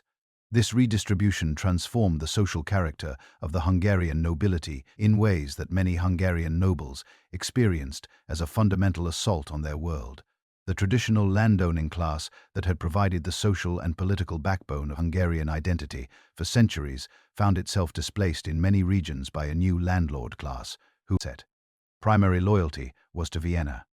The dissatisfaction generated by these policies was not limited to the nobility. Peasant communities across the reconquered territories faced new fiscal demands in addition to the disruptions of the reconquest itself. Protestant communities experienced systematic pressure toward Catholic conversion. The Hungarian constitutional tradition, with its formal recognition of noble rights, its diet, its legal frameworks stretching back to the Golden Bull, was effectively suspended in practice even when it was formally maintained in theory.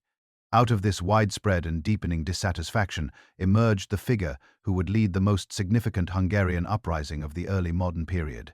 Ferenc II Rákóczi came from a Transylvanian princely family that had long been identified with the defense of Hungarian autonomy and Protestant religious freedom.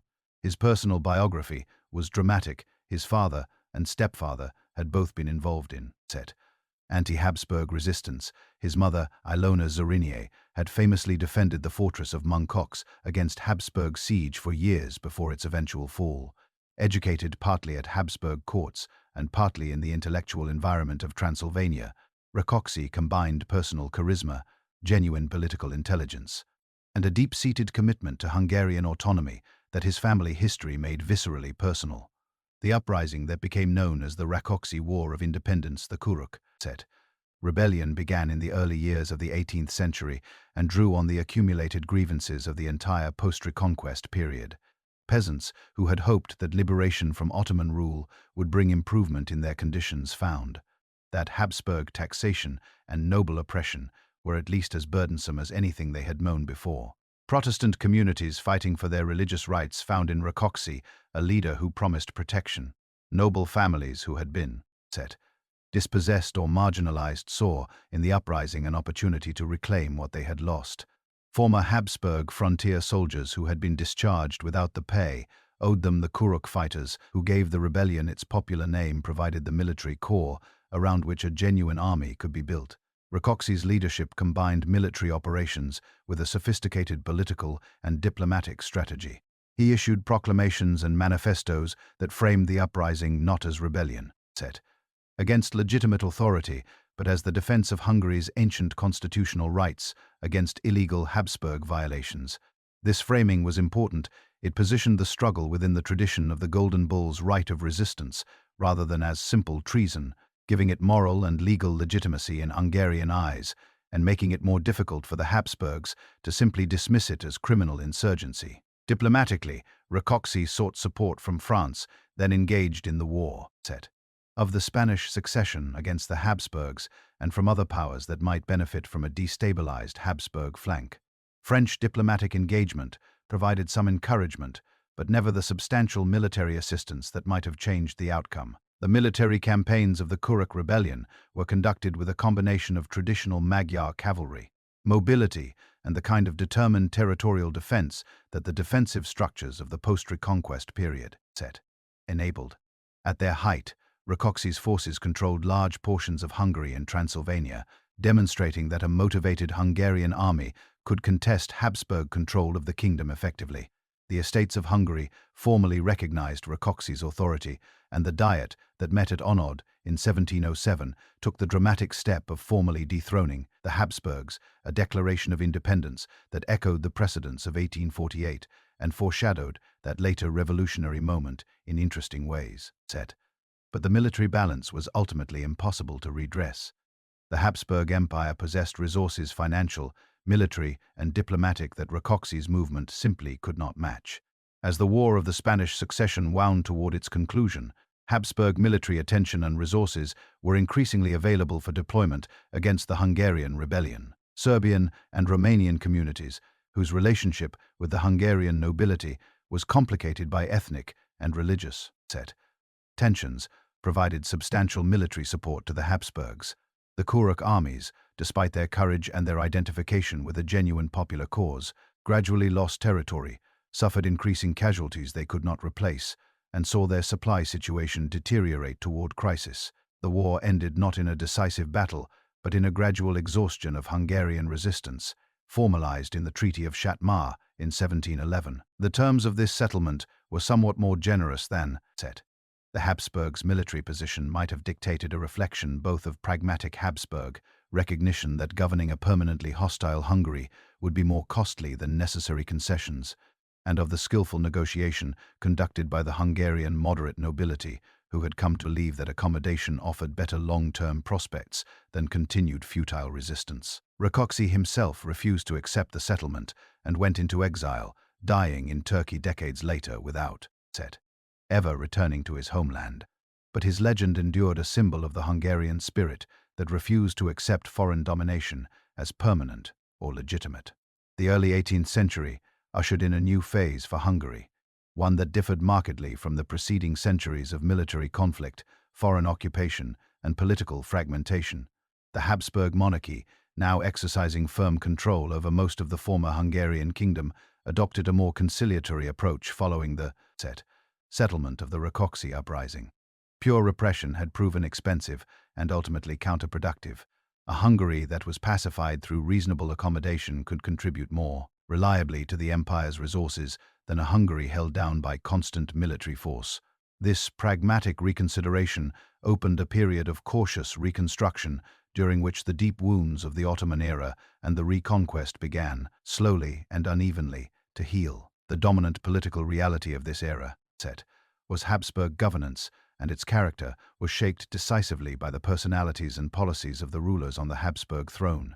The most significant of these for Hungary was Empress Maria Theresa, who came to power in the 1740s and reigned for 4 decades with a combination of personal authority, genuine administrative intelligence, and a style of governance that balanced centralization with calculated respect for the constituencies she needed to retain. Maria Theresa was not an ideologue. She was a ruler, practical, determined, and focused on the concrete problems of managing a vast and diverse empire in a competitive European environment. Her approach to Hungary was characteristic. She confirmed the essential noble privileges that Hungarian constitutional tradition demanded, understanding that the great landholding families needed to feel that their fundamental interests were respected if they were to be reliable partners in imperial governance. At the same time, she introduced a series of practical reforms designed to improve the kingdom's economic productivity, administrative efficiency, and social order in ways that would increase the empire's overall resources. These reforms were not presented as attacks on Hungarian tradition.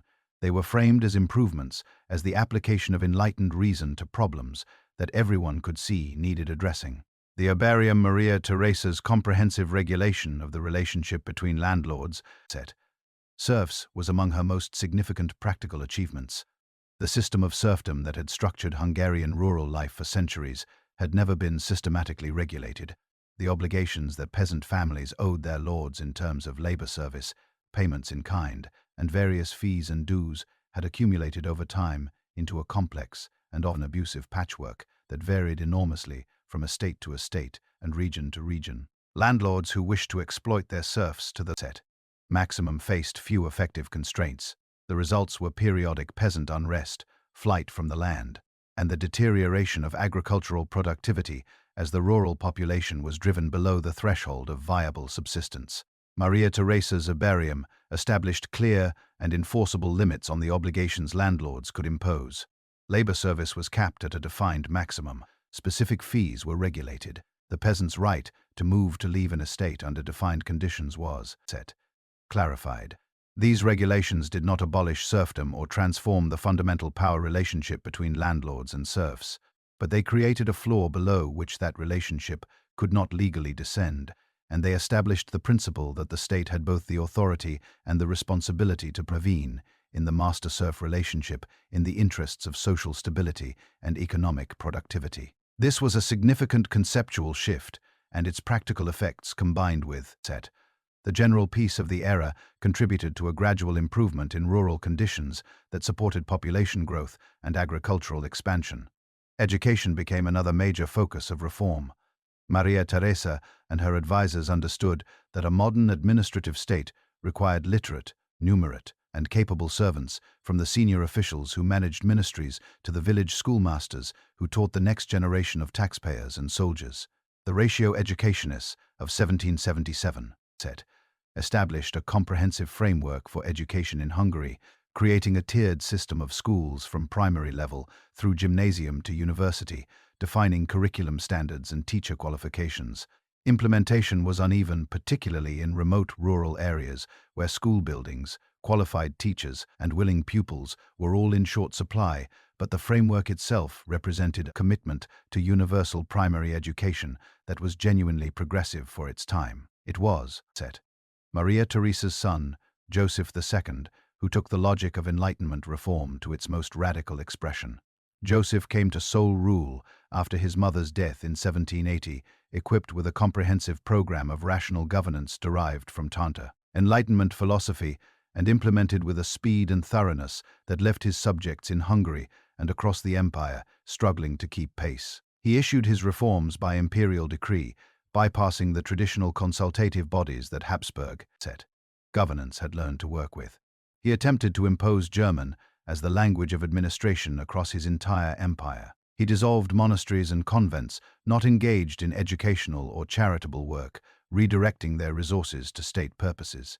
He abolished serfdom entirely, not merely regulating it. He issued the Edict of Toleration, extending genuine religious freedom to Protestants and Orthodox Christians, and most remarkably for an 18th-century Christian ruler granting Jews a substantial expansion of their civil rights. In Hungary, the response to Joseph's reforms was deeply divided. The abolition of serfdom was welcomed by the rural population. The Edict of Toleration was embraced enthusiastically by Protestant communities that had endured a century and a half of Counter-Reformation pressure. But the imposition of German as the administrative language, the dissolution of monasteries, and the bypassing of traditional constitutive processes outraged the Hungarian nobility in ways that created a genuine political crisis. The nobility's objection was not merely self-interest, or not only self-interest, but also a defense. of the constitutional tradition that had defined Hungarian political identity since the Golden Bull. A king who issued decrees without consulting the Diet, who imposed language change by fiat, who dissolved ancient institutions without consent, was violating the fundamental compact between ruler and political community that Hungarian tradition understood as the basis of legitimate governance. When Joseph II died in 1790, he revoked most of his more controversial decrees on his deathbed, a remarkable act of self-criticism that testified to his genuine commitment to the principles he had pursued, even as he acknowledged that his methods had failed. But his reforms left a profound legacy, regardless of their formal revocation. The ideas he had introduced about individual rights, religious toleration, the rational organization of the state, the dignity of the common person, did not disappear with the decrees that had embodied them. They circulated in the minds of educated Hungarians who had read the Enlightenment thinkers that Joseph had been reading, who had seen what reform could accomplish and imagined what it might yet achieve. This intellectual ferment found particularly powerful expression in what historians call the Magyar nyelvi megújulás, the Hungarian language renewal movement. For centuries, Latin had served as the language of administration, law, education, and high culture within the Kingdom of Hungary. While Latin had practical advantages, it was the shared language of the educated class, regardless of ethnic background, and it provided a legal and administrative vocabulary of great precision. It also created a fundamental barrier between the learned elite and the vast majority of the population who spoke Hungarian in their daily lives. The language renewal movement, led by writers, grammarians, and poets of enormous energy and talent, argued that a modern nation required a living, vibrant vernacular language capable of expressing the full range of scientific, political, philosophical, and literary thought. The challenge was immense. Hungarian had not been systematically developed as a literary and administrative language for generations. Its vocabulary lacked terms for the concepts of modern science, philosophy, and political theory. Its grammar was inconsistent across different regions and social groups. The movement that set out to address these deficiencies was one of the most remarkable collective intellectual enterprises of the era, involving hundreds of writers, scholars, and enthusiasts who invented new words, standardized grammar, produced grammars and dictionaries, and above all created literature in Hungarian of sufficient quality and range to demonstrate that the language was worthy of the functions claimed for it. The literary and cultural output of this period was astonishing in its volume and its quality. Poetry, drama, novels, scientific treatises, philosophical essays, historical works all poured from the presses in Hungarian, much of it of lasting value. The works of Ferenc Kazincsé, the central organizer of the language renewal movement, and his successors, like Mihály Vörösmarty and Sándor Petőfi, created a Hungarian literary tradition that was genuinely world-class. Historical scholarship developed, simultaneously reconstructing the narrative of Hungarian history from Árpád and Stephen through the dark centuries of Ottoman rule and Habsburg domination, providing the newly self-conscious national community with a story of itself that grounded present aspirations in ancient achievement and endurance. Economic change contributed its own energies to this cultural awakening. The long peace of the Maria Theresa and post-Napoleonic era allowed agricultural production to expand substantially. New crops, new techniques, and better market connections, facilitated by improving road and river infrastructure, raised incomes across the rural economy. Population grew rapidly, both in the countryside and in towns that were expanding their commercial and manufacturing activities. A Hungarian middle class, educated, economically active, and increasingly politically conscious, was taking shape in the towns of the kingdom, providing a social basis for the reform politics that would explode into revolution in 1848. By the middle of the 19th century, the spirit of reform and national awakening in Hungary had matured into a force too powerful to be contained by the structures of the old order. The intellectual currents of the Enlightenment had been working their way through Hungarian society for decades. The language renewal movement had created a vibrant national culture and a community of educated Hungarians who thought of themselves primarily as members of a Hungarian nation with specific historical rights and specific contemporary aspirations. The reform era of the 1830s and 1840s had produced a remarkable generation of political leaders, Count István Széchenyi, who promoted economic modernization with passionate intensity, Lajos Kossuth, who brought the case for constitutional reform to a mass audience through journalism and oratory of extraordinary power, Ferenc Diók, whose patient constitutionalism would prove its worth in more difficult circumstances still ahead. The trigger for revolution came from outside, from the explosion of revolutionary upheaval across Europe in 1848 that swept from Paris to Vienna in a matter of weeks. But the revolution that erupted in Hungary was not simply an echo of foreign events. It had its own deep roots in specifically Hungarian frustrations and aspirations that had been building for generations. When news of the Viennese uprising reached Pest on the 15th of March, 1848, the response was immediate and dramatic. Young, intellectuals and writers gathered at the Café Pilvax and then moved into the streets, printing their demands without censorship for the first time and gathering a crowd that grew as it moved through the city. The 12 points they proclaimed, drawn up largely by the poet Petöfi and his circle, captured in clear and forceful language the aspirations of a society that had been waiting for exactly this moment: freedom of the press, responsible government, equality before the law, abolition of noble privilege, a national army, annual parliaments, union with Transylvania. The subsequent months saw Hungary achieve, with remarkable speed, a transformation that under normal circumstances would have taken decades. The April laws passed by the Hungarian Diet and accepted by the Habsburg court in Vienna, which was itself, under enormous revolutionary pressure, abolished serfdom, established parliamentary government with a responsible ministry, created equality before the law, ended noble tax exemptions, and inaugurated a constitutional order of extraordinary modernity by the standards of the era. The Hungary of the April laws was not the same country as the Hungary of the previous year. It had undergone, in the space of weeks, a social and political transformation equivalent to what the French Revolution had accomplished in France over years of turmoil and violence, and it had done so, at least initially, through legal processes and without significant bloodshed. The leader who, most powerfully embodied the revolutionary moment was Lajos Kossuth, orator, journalist, politician, and national hero. Kossuth was not an aristocrat. He came from the middling nobility, the same social stratum from which the reform movement drew much of its energy and leadership. His genius was communicative, an ability to translate complex constitutional and political arguments into language that resonated with audiences from educated professionals to provincial craftsmen.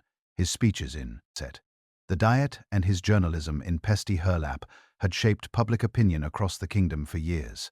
Now, as the revolution unfolded, he emerged as its most compelling voice and eventually its paramount political leader. But the revolution faced obstacles almost from its first days that would ultimately prove fatal. The Habsburg court, accepting the April laws under duress in the spring of 1848, never genuinely reconciled itself to the transformation they represented. Austrian officials understood that a Hungary with responsible government and a national army was effectively outside Habsburg control on domestic matters, and if Hungary could achieve this, why not the Czechs, the Poles, the Italians? The logic of national self-determination, once accepted for Hungary, threatened to dissolve the entire multi-ethnic empire. The court, therefore, was looking from the beginning for an opportunity to reverse what it had conceded, and that opportunity came partly through military reconstruction after the revolutionary chaos in Vienna settled, and partly through the Hungarian Revolution's own internal complications.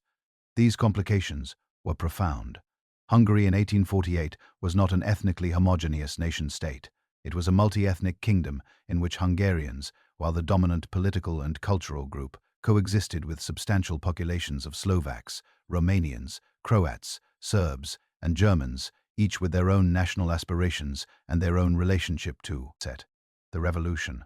The Hungarian revolutionary government's nationalism, while generous in its vision of civic equality, was also assimilationist in its cultural politics, assuming that the progress and modernization of the revolution represented would naturally draw non-Hungarian nationalities toward Hungarian identity rather than away from it.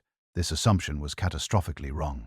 The Croats, Romanians, and Serbs in particular saw Hungarian nationalism as a threat to their own languages, cultures, and political rights in the Habsburg court, with cynical skill, encouraged these national tensions to create the internal divisions that could be exploited to weaken the Hungarian Revolution. The military conflict that erupted in the autumn of 1848, as the Habsburg court recovered its nerve, moved against the Hungarian revolutionary government, and eventually declared the April laws invalid, was conducted with a passion and courage on the Hungarian side that surprised everyone, including the Habsburgs. Hungarian volunteer armies formed with remarkable speed, attracting men of all social classes, animated by a genuine belief that they were fighting for the future of their nation. Military commanders of real talent emerged. Arthur Gurgé, above all, a professional soldier of exceptional ability who repeatedly outwitted larger Austrian forces in the field. For months, the Hungarian Revolutionary Army not only held its own but achieved striking victories, at one point, driving the Habsburgs out of most of the kingdom and raising the possibility that the revolution might actually succeed.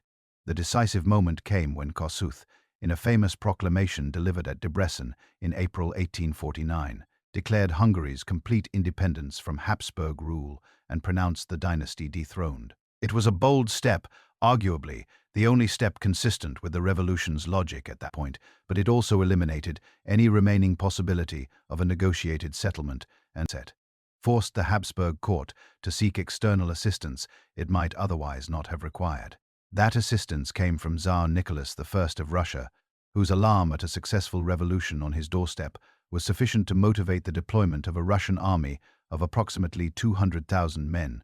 The combined Habsburg-Russian forces overwhelmed Hungarian resistance with a numerical advantage that no amount of tactical skill or revolutionary enthusiasm could overcome.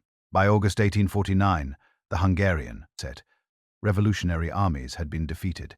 Kossuth and many other revolutionary leaders fled into exile. Gurgé surrendered to the Russians rather than the Austrians, hoping for better treatment, a decision that saved many lives but made him a controversial figure in Hungarian memory for generations. The revolution was over. The retribution that followed was harsh. 13 Hungarian generals were executed at Árpád martyrs, whose names were carved into Hungarian national memory with a permanence. That time has not diminished. Kossuth and hundreds of other leaders remained in exile, continuing to advocate for Hungarian independence from afar. The Habsburg court imposed neo-absolutism, direct centralized rule without the constitutional forms that Hungarian tradition demanded, trying to treat Hungary as simply another imperial province, rather than as a kingdom with historical rights. This system lasted for nearly 2 decades, but never achieved genuine legitimacy in Hungarian eyes. It was, an interlude, a painful, repressive interlude, but ultimately a demonstration that the Hungarian national movement was too deeply rooted to be suppressed by administrative force alone. The road from the defeat of 1849 to the compromise of 1867 was long, difficult, and in many ways improbable. The Habsburg Empire, that had crushed the Hungarian Revolution with Russian assistance, was not a political system inclined toward concession. Emperor Franz Joseph, who came to the throne in the revolutionary year and who would reign for 68 years, one of the longest reigns in modern European history, was committed to imperial unity and deeply suspicious of the constitutional nationalism that had nearly torn his empire apart. The neo-absolutist system he imposed on Hungary after 1849 was genuine in its power, in its intentions, even if it proved unworkable in practice, a real attempt to create a unified, centrally administered empire that would be strong enough to maintain its position among the great powers of Europe. The system's unworkability was exposed not by Hungarian resistance alone, but by international military catastrophe. Austria's defeat by France and Sardinia in 1859 was a serious blow. The defeat by Prussia at Königgrätz in 1866 was existential. It expelled Austria from the German Confederation entirely and forced the Habsburg court to confront the reality that it could no longer compete as a great power without fundamental structural reform. The empire needed money, men, and political legitimacy that it was not receiving from its sullen, uncooperative Hungarian subjects. Some form of accommodation with Hungary had become not merely desirable, but necessary for Austrian survival as a major state. The intellectual and moral leadership of the Hungarian response to this moment belonged to Ferenc Diók, the same Diók who had played an important role in the reform movements before 1848 and who had refused to collaborate with the neo-absolutist system while also firmly rejecting the path of armed resistance that could only end in further catastrophe. Deock's strategy was one of principled constitutional patience. He maintained, argued, and documented with meticulous legal precision that the April laws of 1848 were legally valid, that Hungary's constitutional rights could not be abrogated by imperial decree, and that the relationship between the Habsburg dynasty and the Kingdom of Hungary required negotiation between equals rather than the imposition of imperial will. He waited, patiently and without drama, for the moment when the Habsburg court would need Hungary enough to negotiate seriously. That moment came after Königgrätz.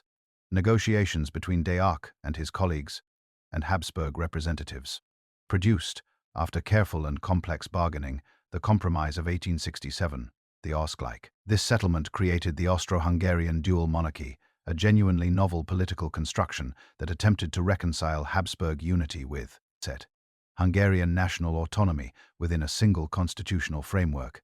Under its terms, Austria and Hungary were separate constitutional entities, each with its own parliament, government, and domestic administration, united under a common monarch, Franz Joseph, and sharing responsibility for three common affairs: foreign policy, military command, and the finances required to support these joint functions.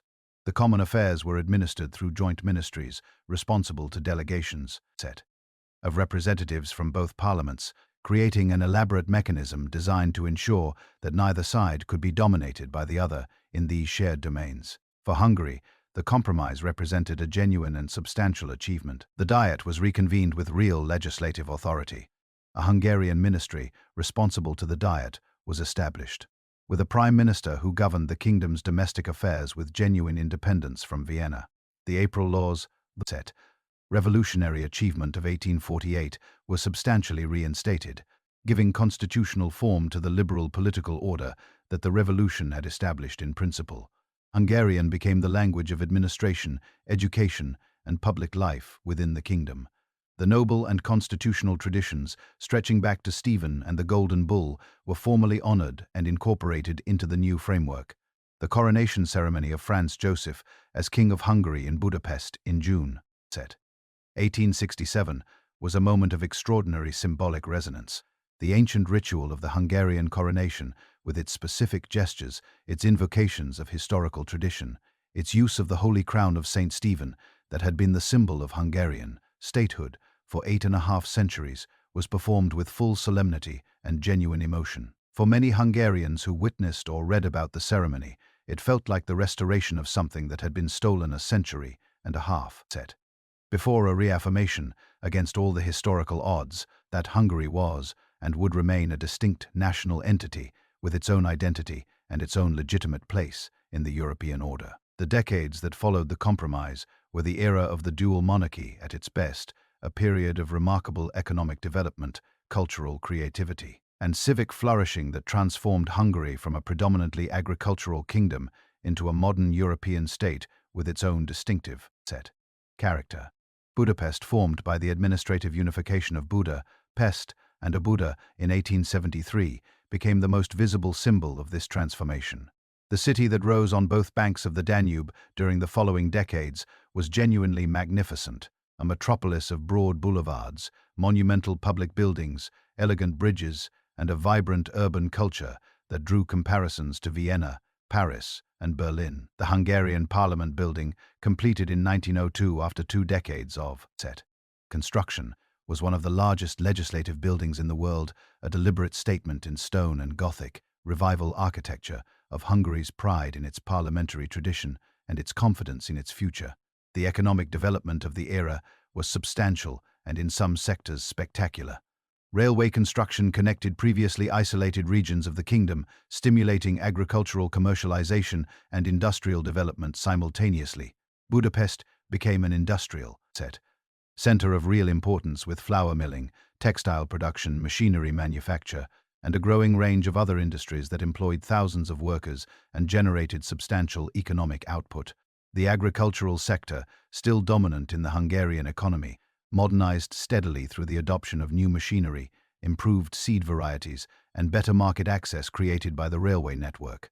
Hungary became an important supplier of grain to the broader Austro-Hungarian European market, and Hungarian agricultural products, particularly flour from Budapest's world-class milling industry, were exported across the continent. Cultural life flourished with an intensity that made Budapest one of the genuinely creative cities of late 19th century Europe.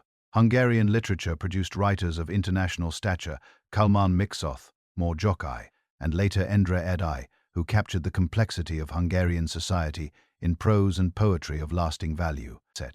Hungarian music, drawing on the folk traditions that had been preserved across the centuries of political fragmentation and consciously cultivated by composers and scholars, produced the unique sound that Liszt had made internationally famous and that Bartók and Kodály would develop further in the following generation.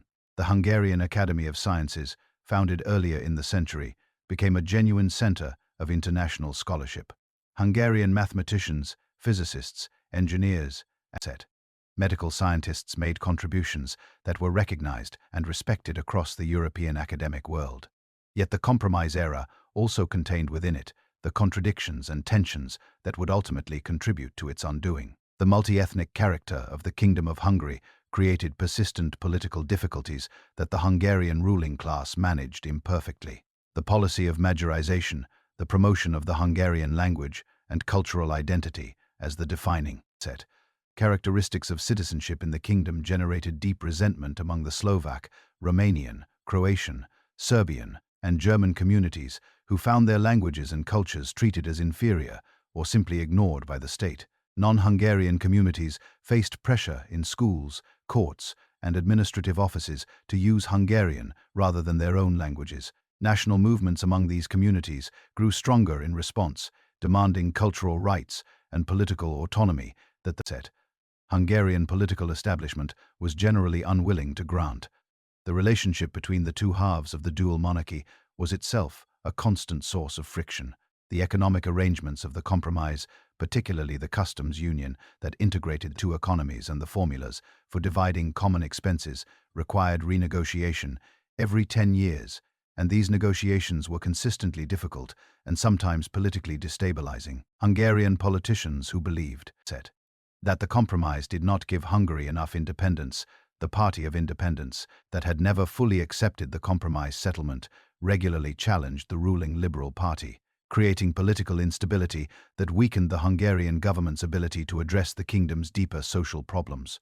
Land reform, extension of the franchise to larger portions of the population, protection of workers' rights, these issues were persistently deferred by a political system that remained dominated by the landed nobility and the urban professional elite, and that struggled to incorporate the legitimate aspirations of peasants, workers, and ethnic minorities.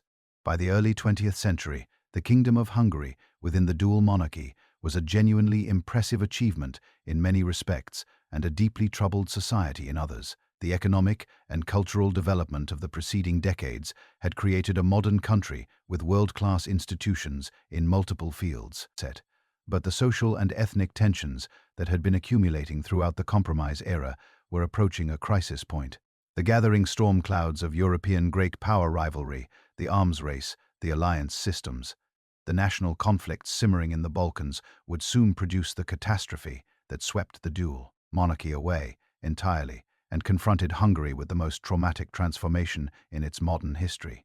The First World War that erupted in the summer of 1914 brought Hungary into a catastrophe that would ultimately destroy everything the Compromise era had built and redefine the fauna country's existence in ways so fundamental that Hungarian society has not fully come to terms with them even today. When the Austro-Hungarian Empire declared war on Serbia following the assassination of Archduke Franz Ferdinand in Sarajevo, Hungary was automatically carried into the conflict. Its foreign policy was a common affair of the dual monarchy, and no Hungarian decision-making process stood between the imperial declaration of war and Hungarian mobilization.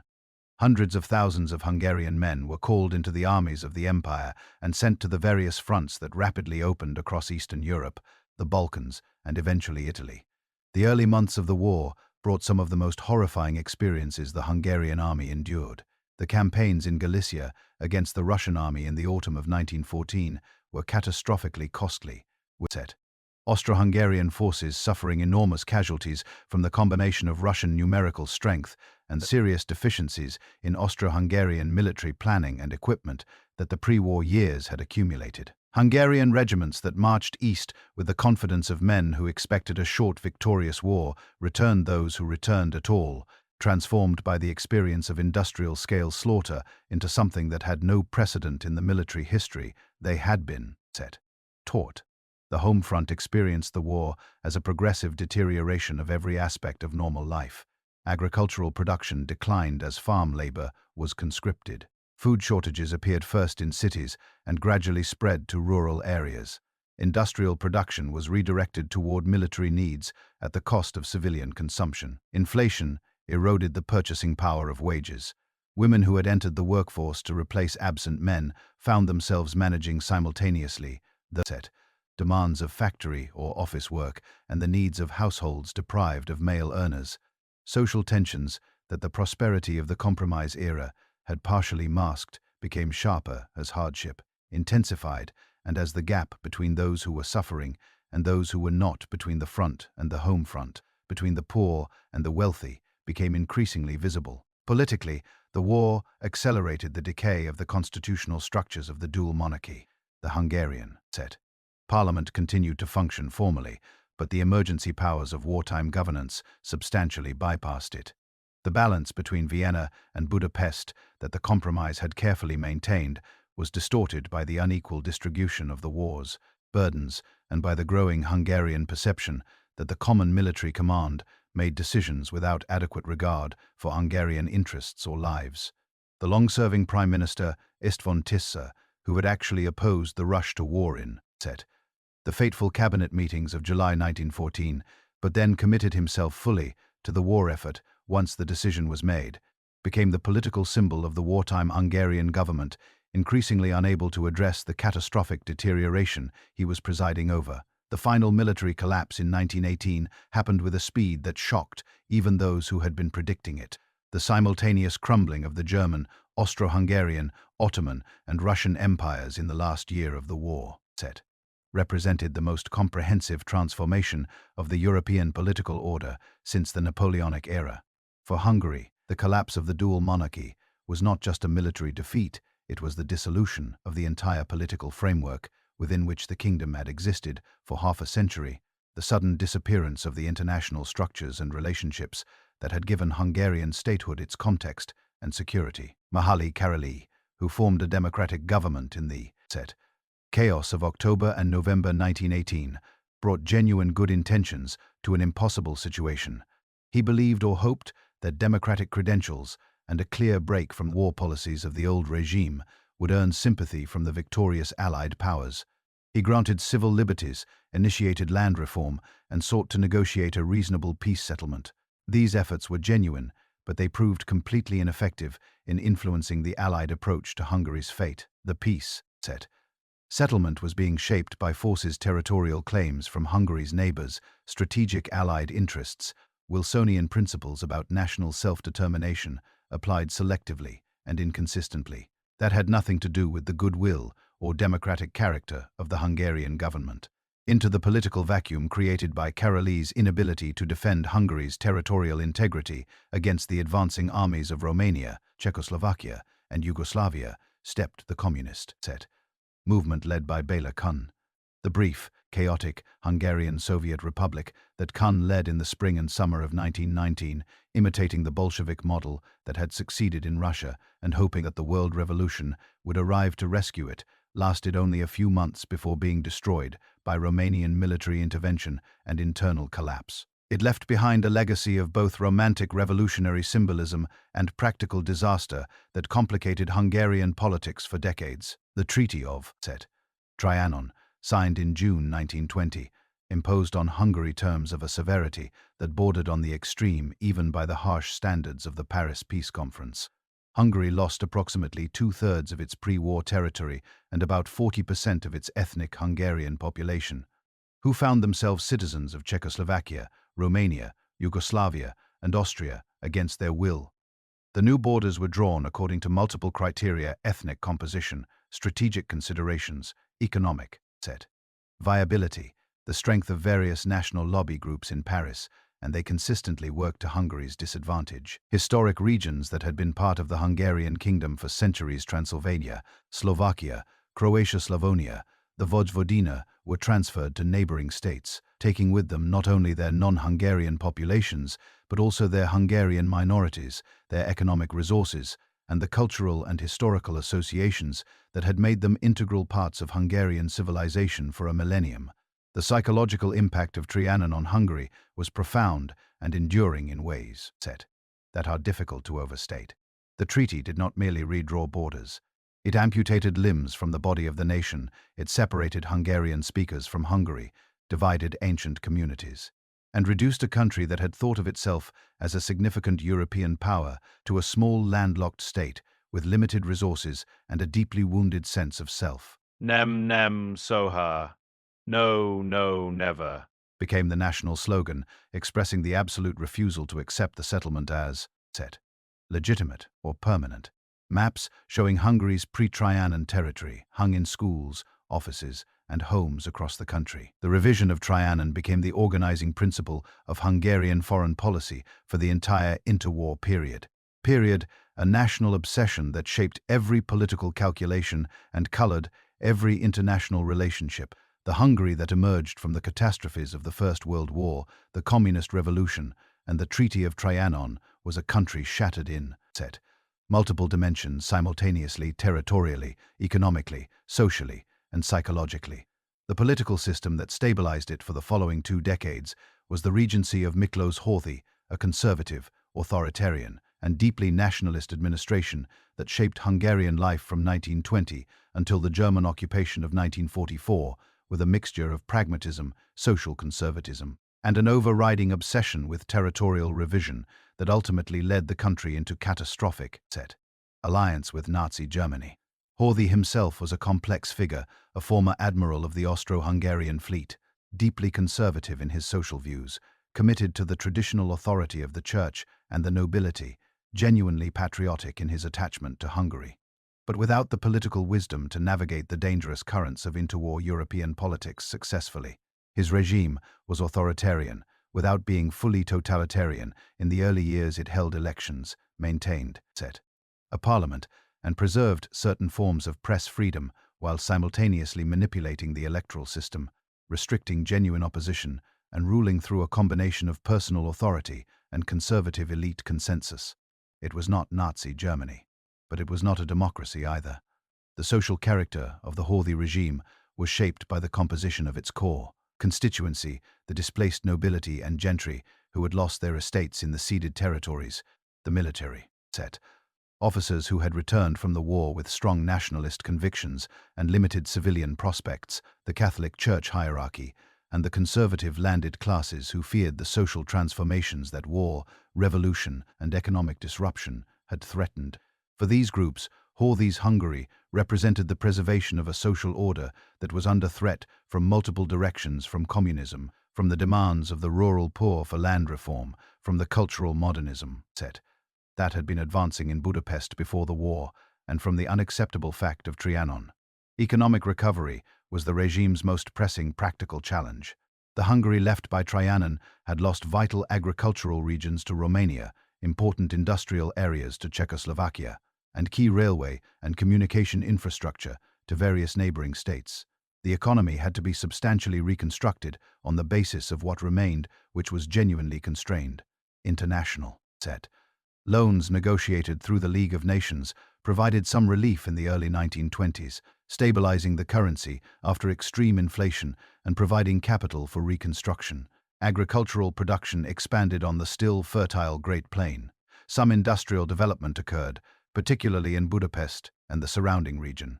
By the late 1920s, Hungary had achieved a measure of economic stability that allowed normal life to resume in most of the country. The Great Depression of the 1930s reversed these gains and intensified political pressures that were already moving in dangerous directions. Agricultural prices collapsed globally, devastating the Hungarian rural economy. Unemployment spread in the cities. Political extremism grew on both right and left as the failures of moderate conservative governance became more apparent. The rise of fascist movements in Italy and Germany provided ideological inspiration and practical models for Hungarian right-wing movements, while also offering what seemed to many Hungarians like a political pathway toward the territorial revision that remained the central national aspiration.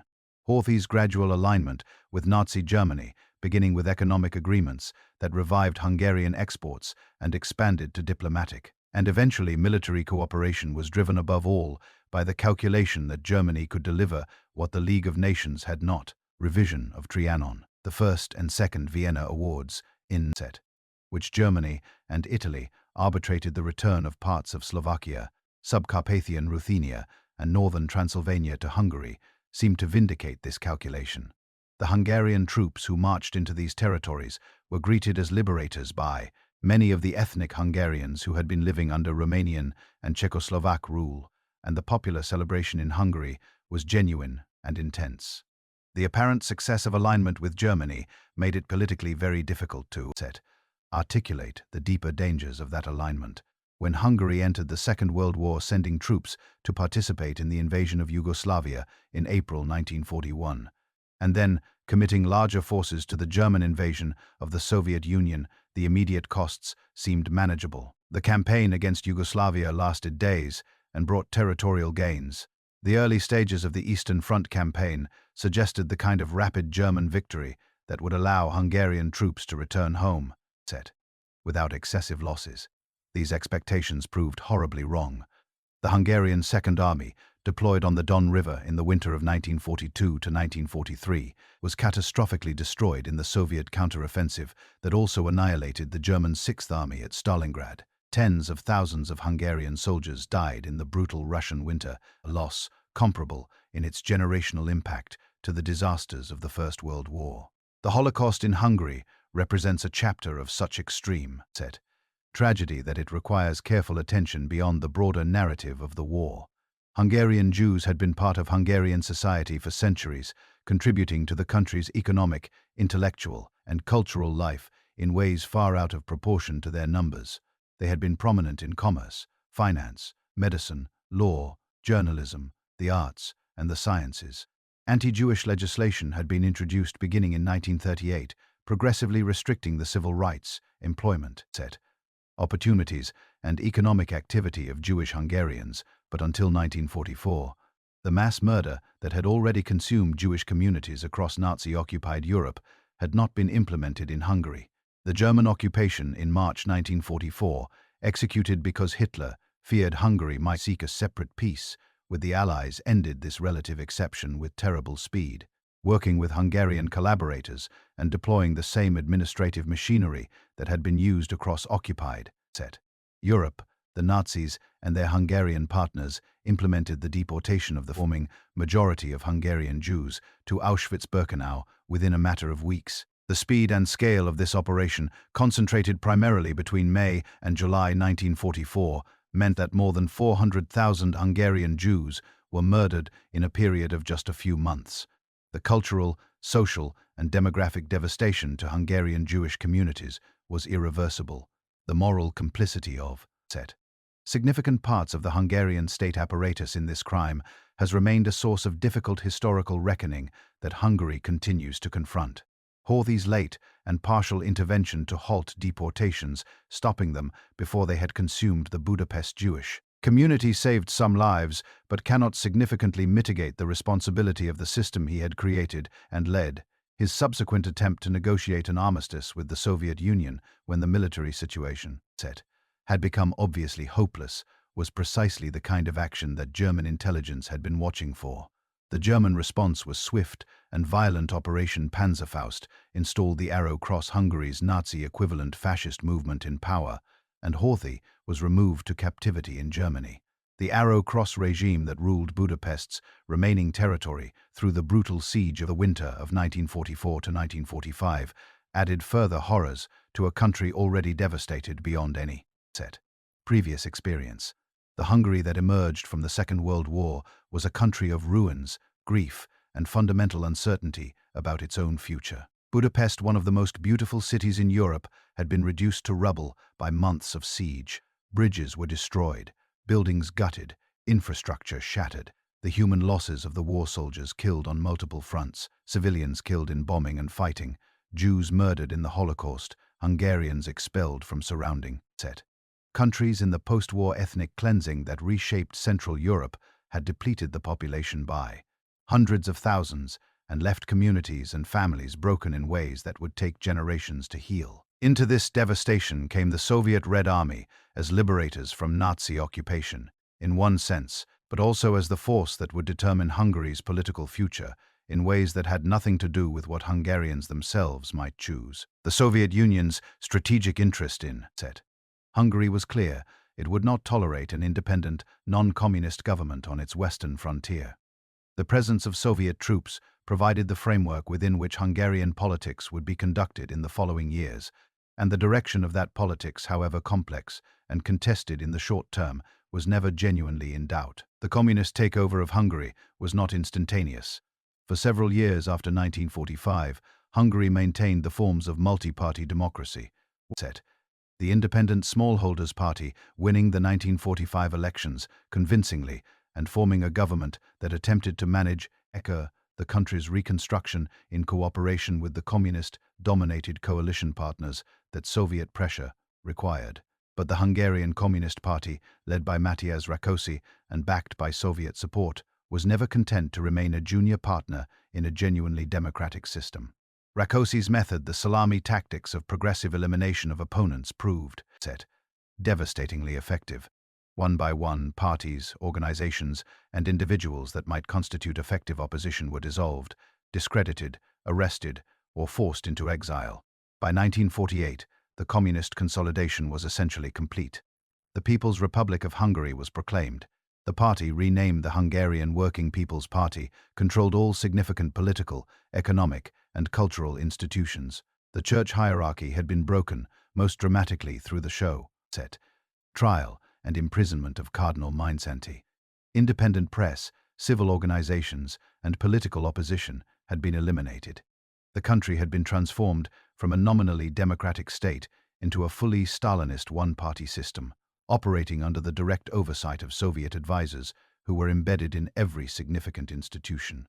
The economic transformation that accompanied this political takeover was total and deliberately destructive of the existing social order. Industry was nationalized. Factories, mines, transportation networks, financial institutions were brought under state ownership and incorporated into the central planning system modeled on the Soviet Union. Private agriculture was collectivized through a combination of propaganda, taxation, and outright coercion. Peasant families who had received land in the post-war land reform found themselves pressured or forced into collective farms that stripped them of the autonomy they had barely had time to enjoy.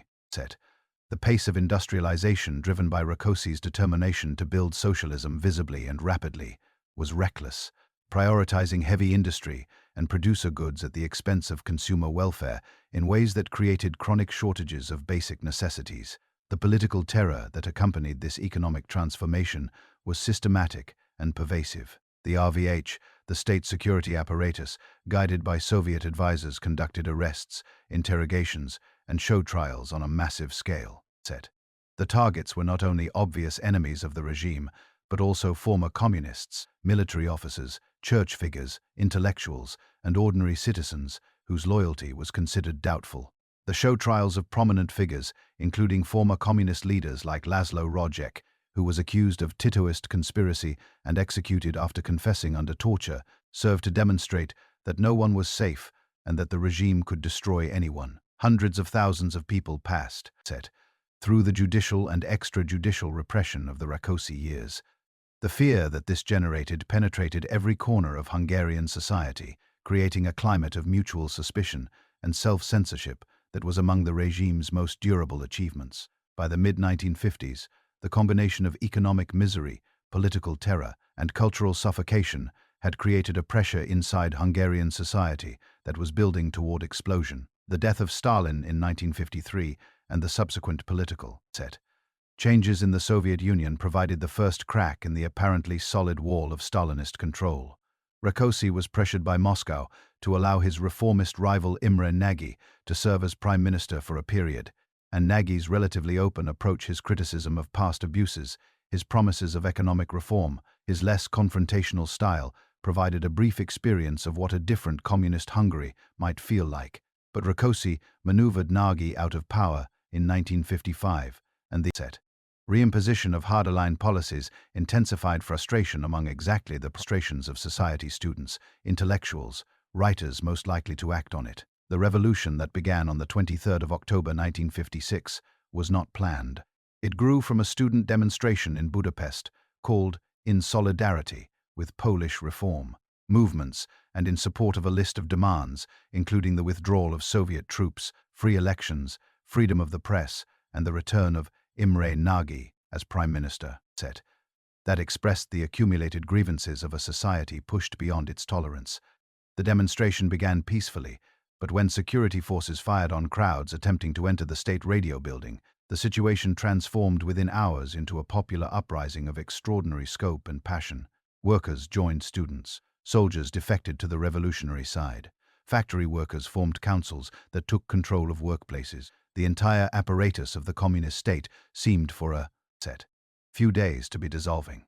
The events of the following days and weeks were among the most dramatic in Hungarian history. Imre Nagy was returned to power and found himself simultaneously trying to manage a revolution that had gone further than any reform he had envisioned and negotiating with Moscow for a settlement that might preserve Hungary's gains.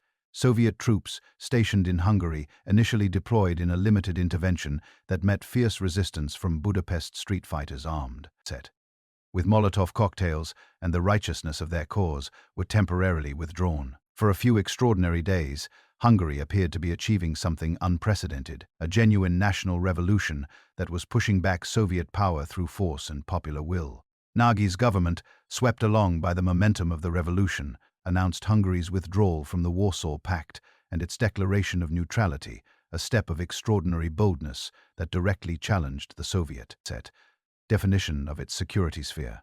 This was the step that made Soviet military intervention inevitable. Khrushchev, facing the prospect of a successful anti-Soviet revolution spreading to Poland, East Germany, or elsewhere, made the decision that military force was necessary, regardless of the diplomatic and moral costs. On the 4th of November, Soviet forces entered Hungary in overwhelming numbers, thousands of tanks, hundreds of thousands of troops, and crushed the revolution in days of intense fighting that left Budapest scarred with bullet holes and artillery damage for years afterward. The aftermath was bitter. Thousands died in the fighting.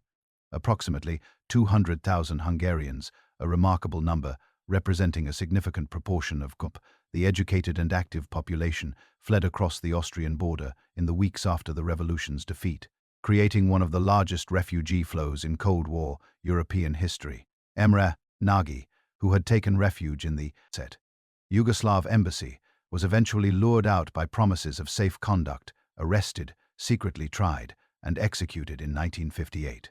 The execution of Nagy, the man who had tried to give Hungary freedom and been destroyed for it, completed the call of political martyrdom that had characterized Hungarian resistance to foreign domination across the centuries. The new government installed by the Soviet intervention was led by János Kadar, a man whose own biography embodied the moral complexity of the era. Kadar had been a communist official who had himself been imprisoned and tortured by Rákosi's secret police. Yet he had aligned himself with the Soviet intervention and accepted the role of leading the post-revolutionary government. His early years in power were marked by systematic repression, thousands of arrests, hundreds of executions, the elimination of every organizational form through which the revolutionary movement had expressed itself. The goals were clear: to destroy the possibility of renewed rebellion and to demonstrate to the Soviet Union that Kadar could maintain control without continuous direct intervention. But Kadar's system evolved in ways that surprised many observers, eventually producing one of the more distinctive experiments in the history of communist governance. The system, known informally as goulash communism, a characteristically Hungarian culinary metaphor suggesting a mixture of incompatible ingredients somehow made to work together, represented a genuine attempt to create a form of socialism that Hungarians would accept, if not embrace, by delivering material improvements that made the constraints of the system more tolerable. The key to goulash communism was a basic implicit bargain. The regime would ensure rising living standards, relative cultural openness, and freedom from the worst forms of political terror that had characterized the Rákóczi years, in exchange for political compliance and the absence of organized challenge to communist rule. This bargain was not explicitly stated, but it shaped the relationship between state and society in Hungary for 3 decades. Kadar's famous motto, "He who is not against us is with us," deliberately inverted the Stalinist demand for active positive commitment and substituted for it the far less demanding requirement of simple non-opposition. Economic reform accompanied and enabled the social bargain. The new economic mechanism introduced in 1968, one of the boldest economic experiments attempted anywhere in the communist world, reduced the role of central planning in enterprise decision-making, gave managers more authority to respond to market signals, allowed greater flexibility in pricing, and tolerated small-scale private enterprise in services and agriculture. Hungarian farmers were permitted to cultivate private plots and sell their produce at market prices, a concession that proved remarkably productive, transforming Hungary into one of the best-fed countries in the Eastern Bloc and making the Hungarian food sector one of the few genuinely competitive sectors of the socialist economy. The cultural environment under Guláš communism was significantly more open than anywhere else in the Soviet sphere, though still distinctly limited compared to Western standards.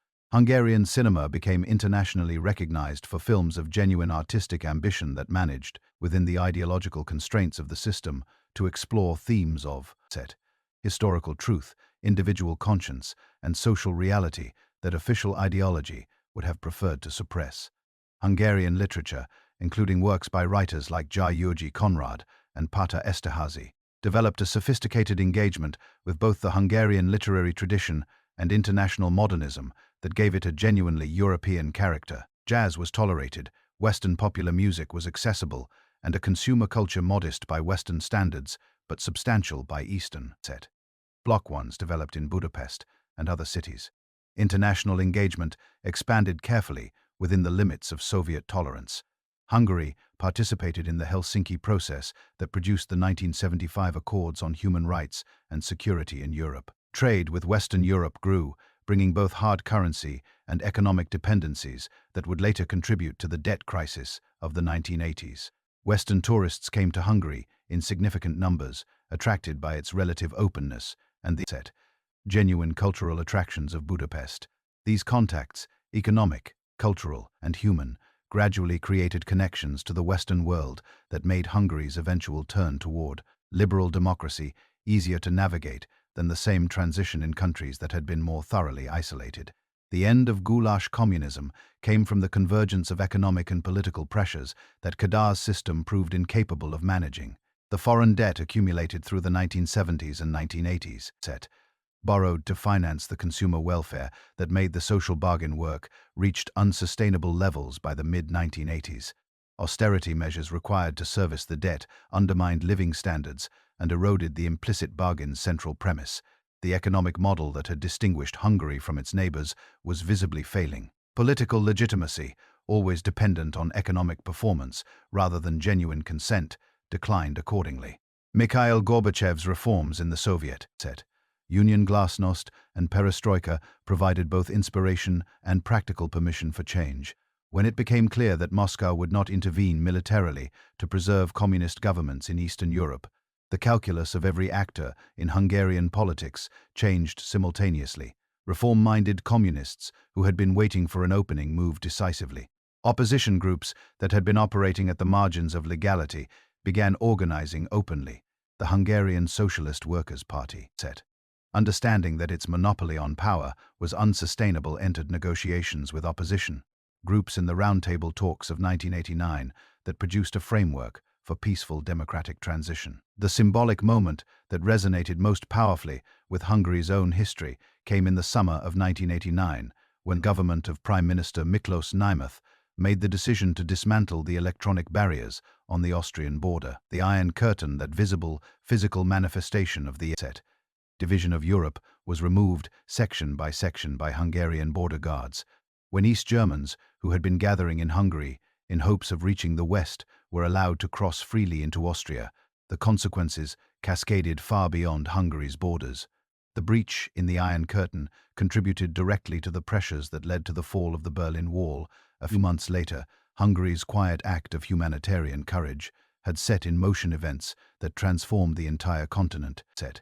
The reburial of Imre Nagy in June 1989, with full honors, before an enormous crowd, with explicit acknowledgement of the injustice that had been done to him and to those who had followed him, was the moment that most clearly marked the transition from the old order to the new. It was an act of collective historical reckoning, an official acknowledgement that the communist system's central claim that it represented Hungarian interests and progressive values had been a lie, and that the men who died resisting it had been right.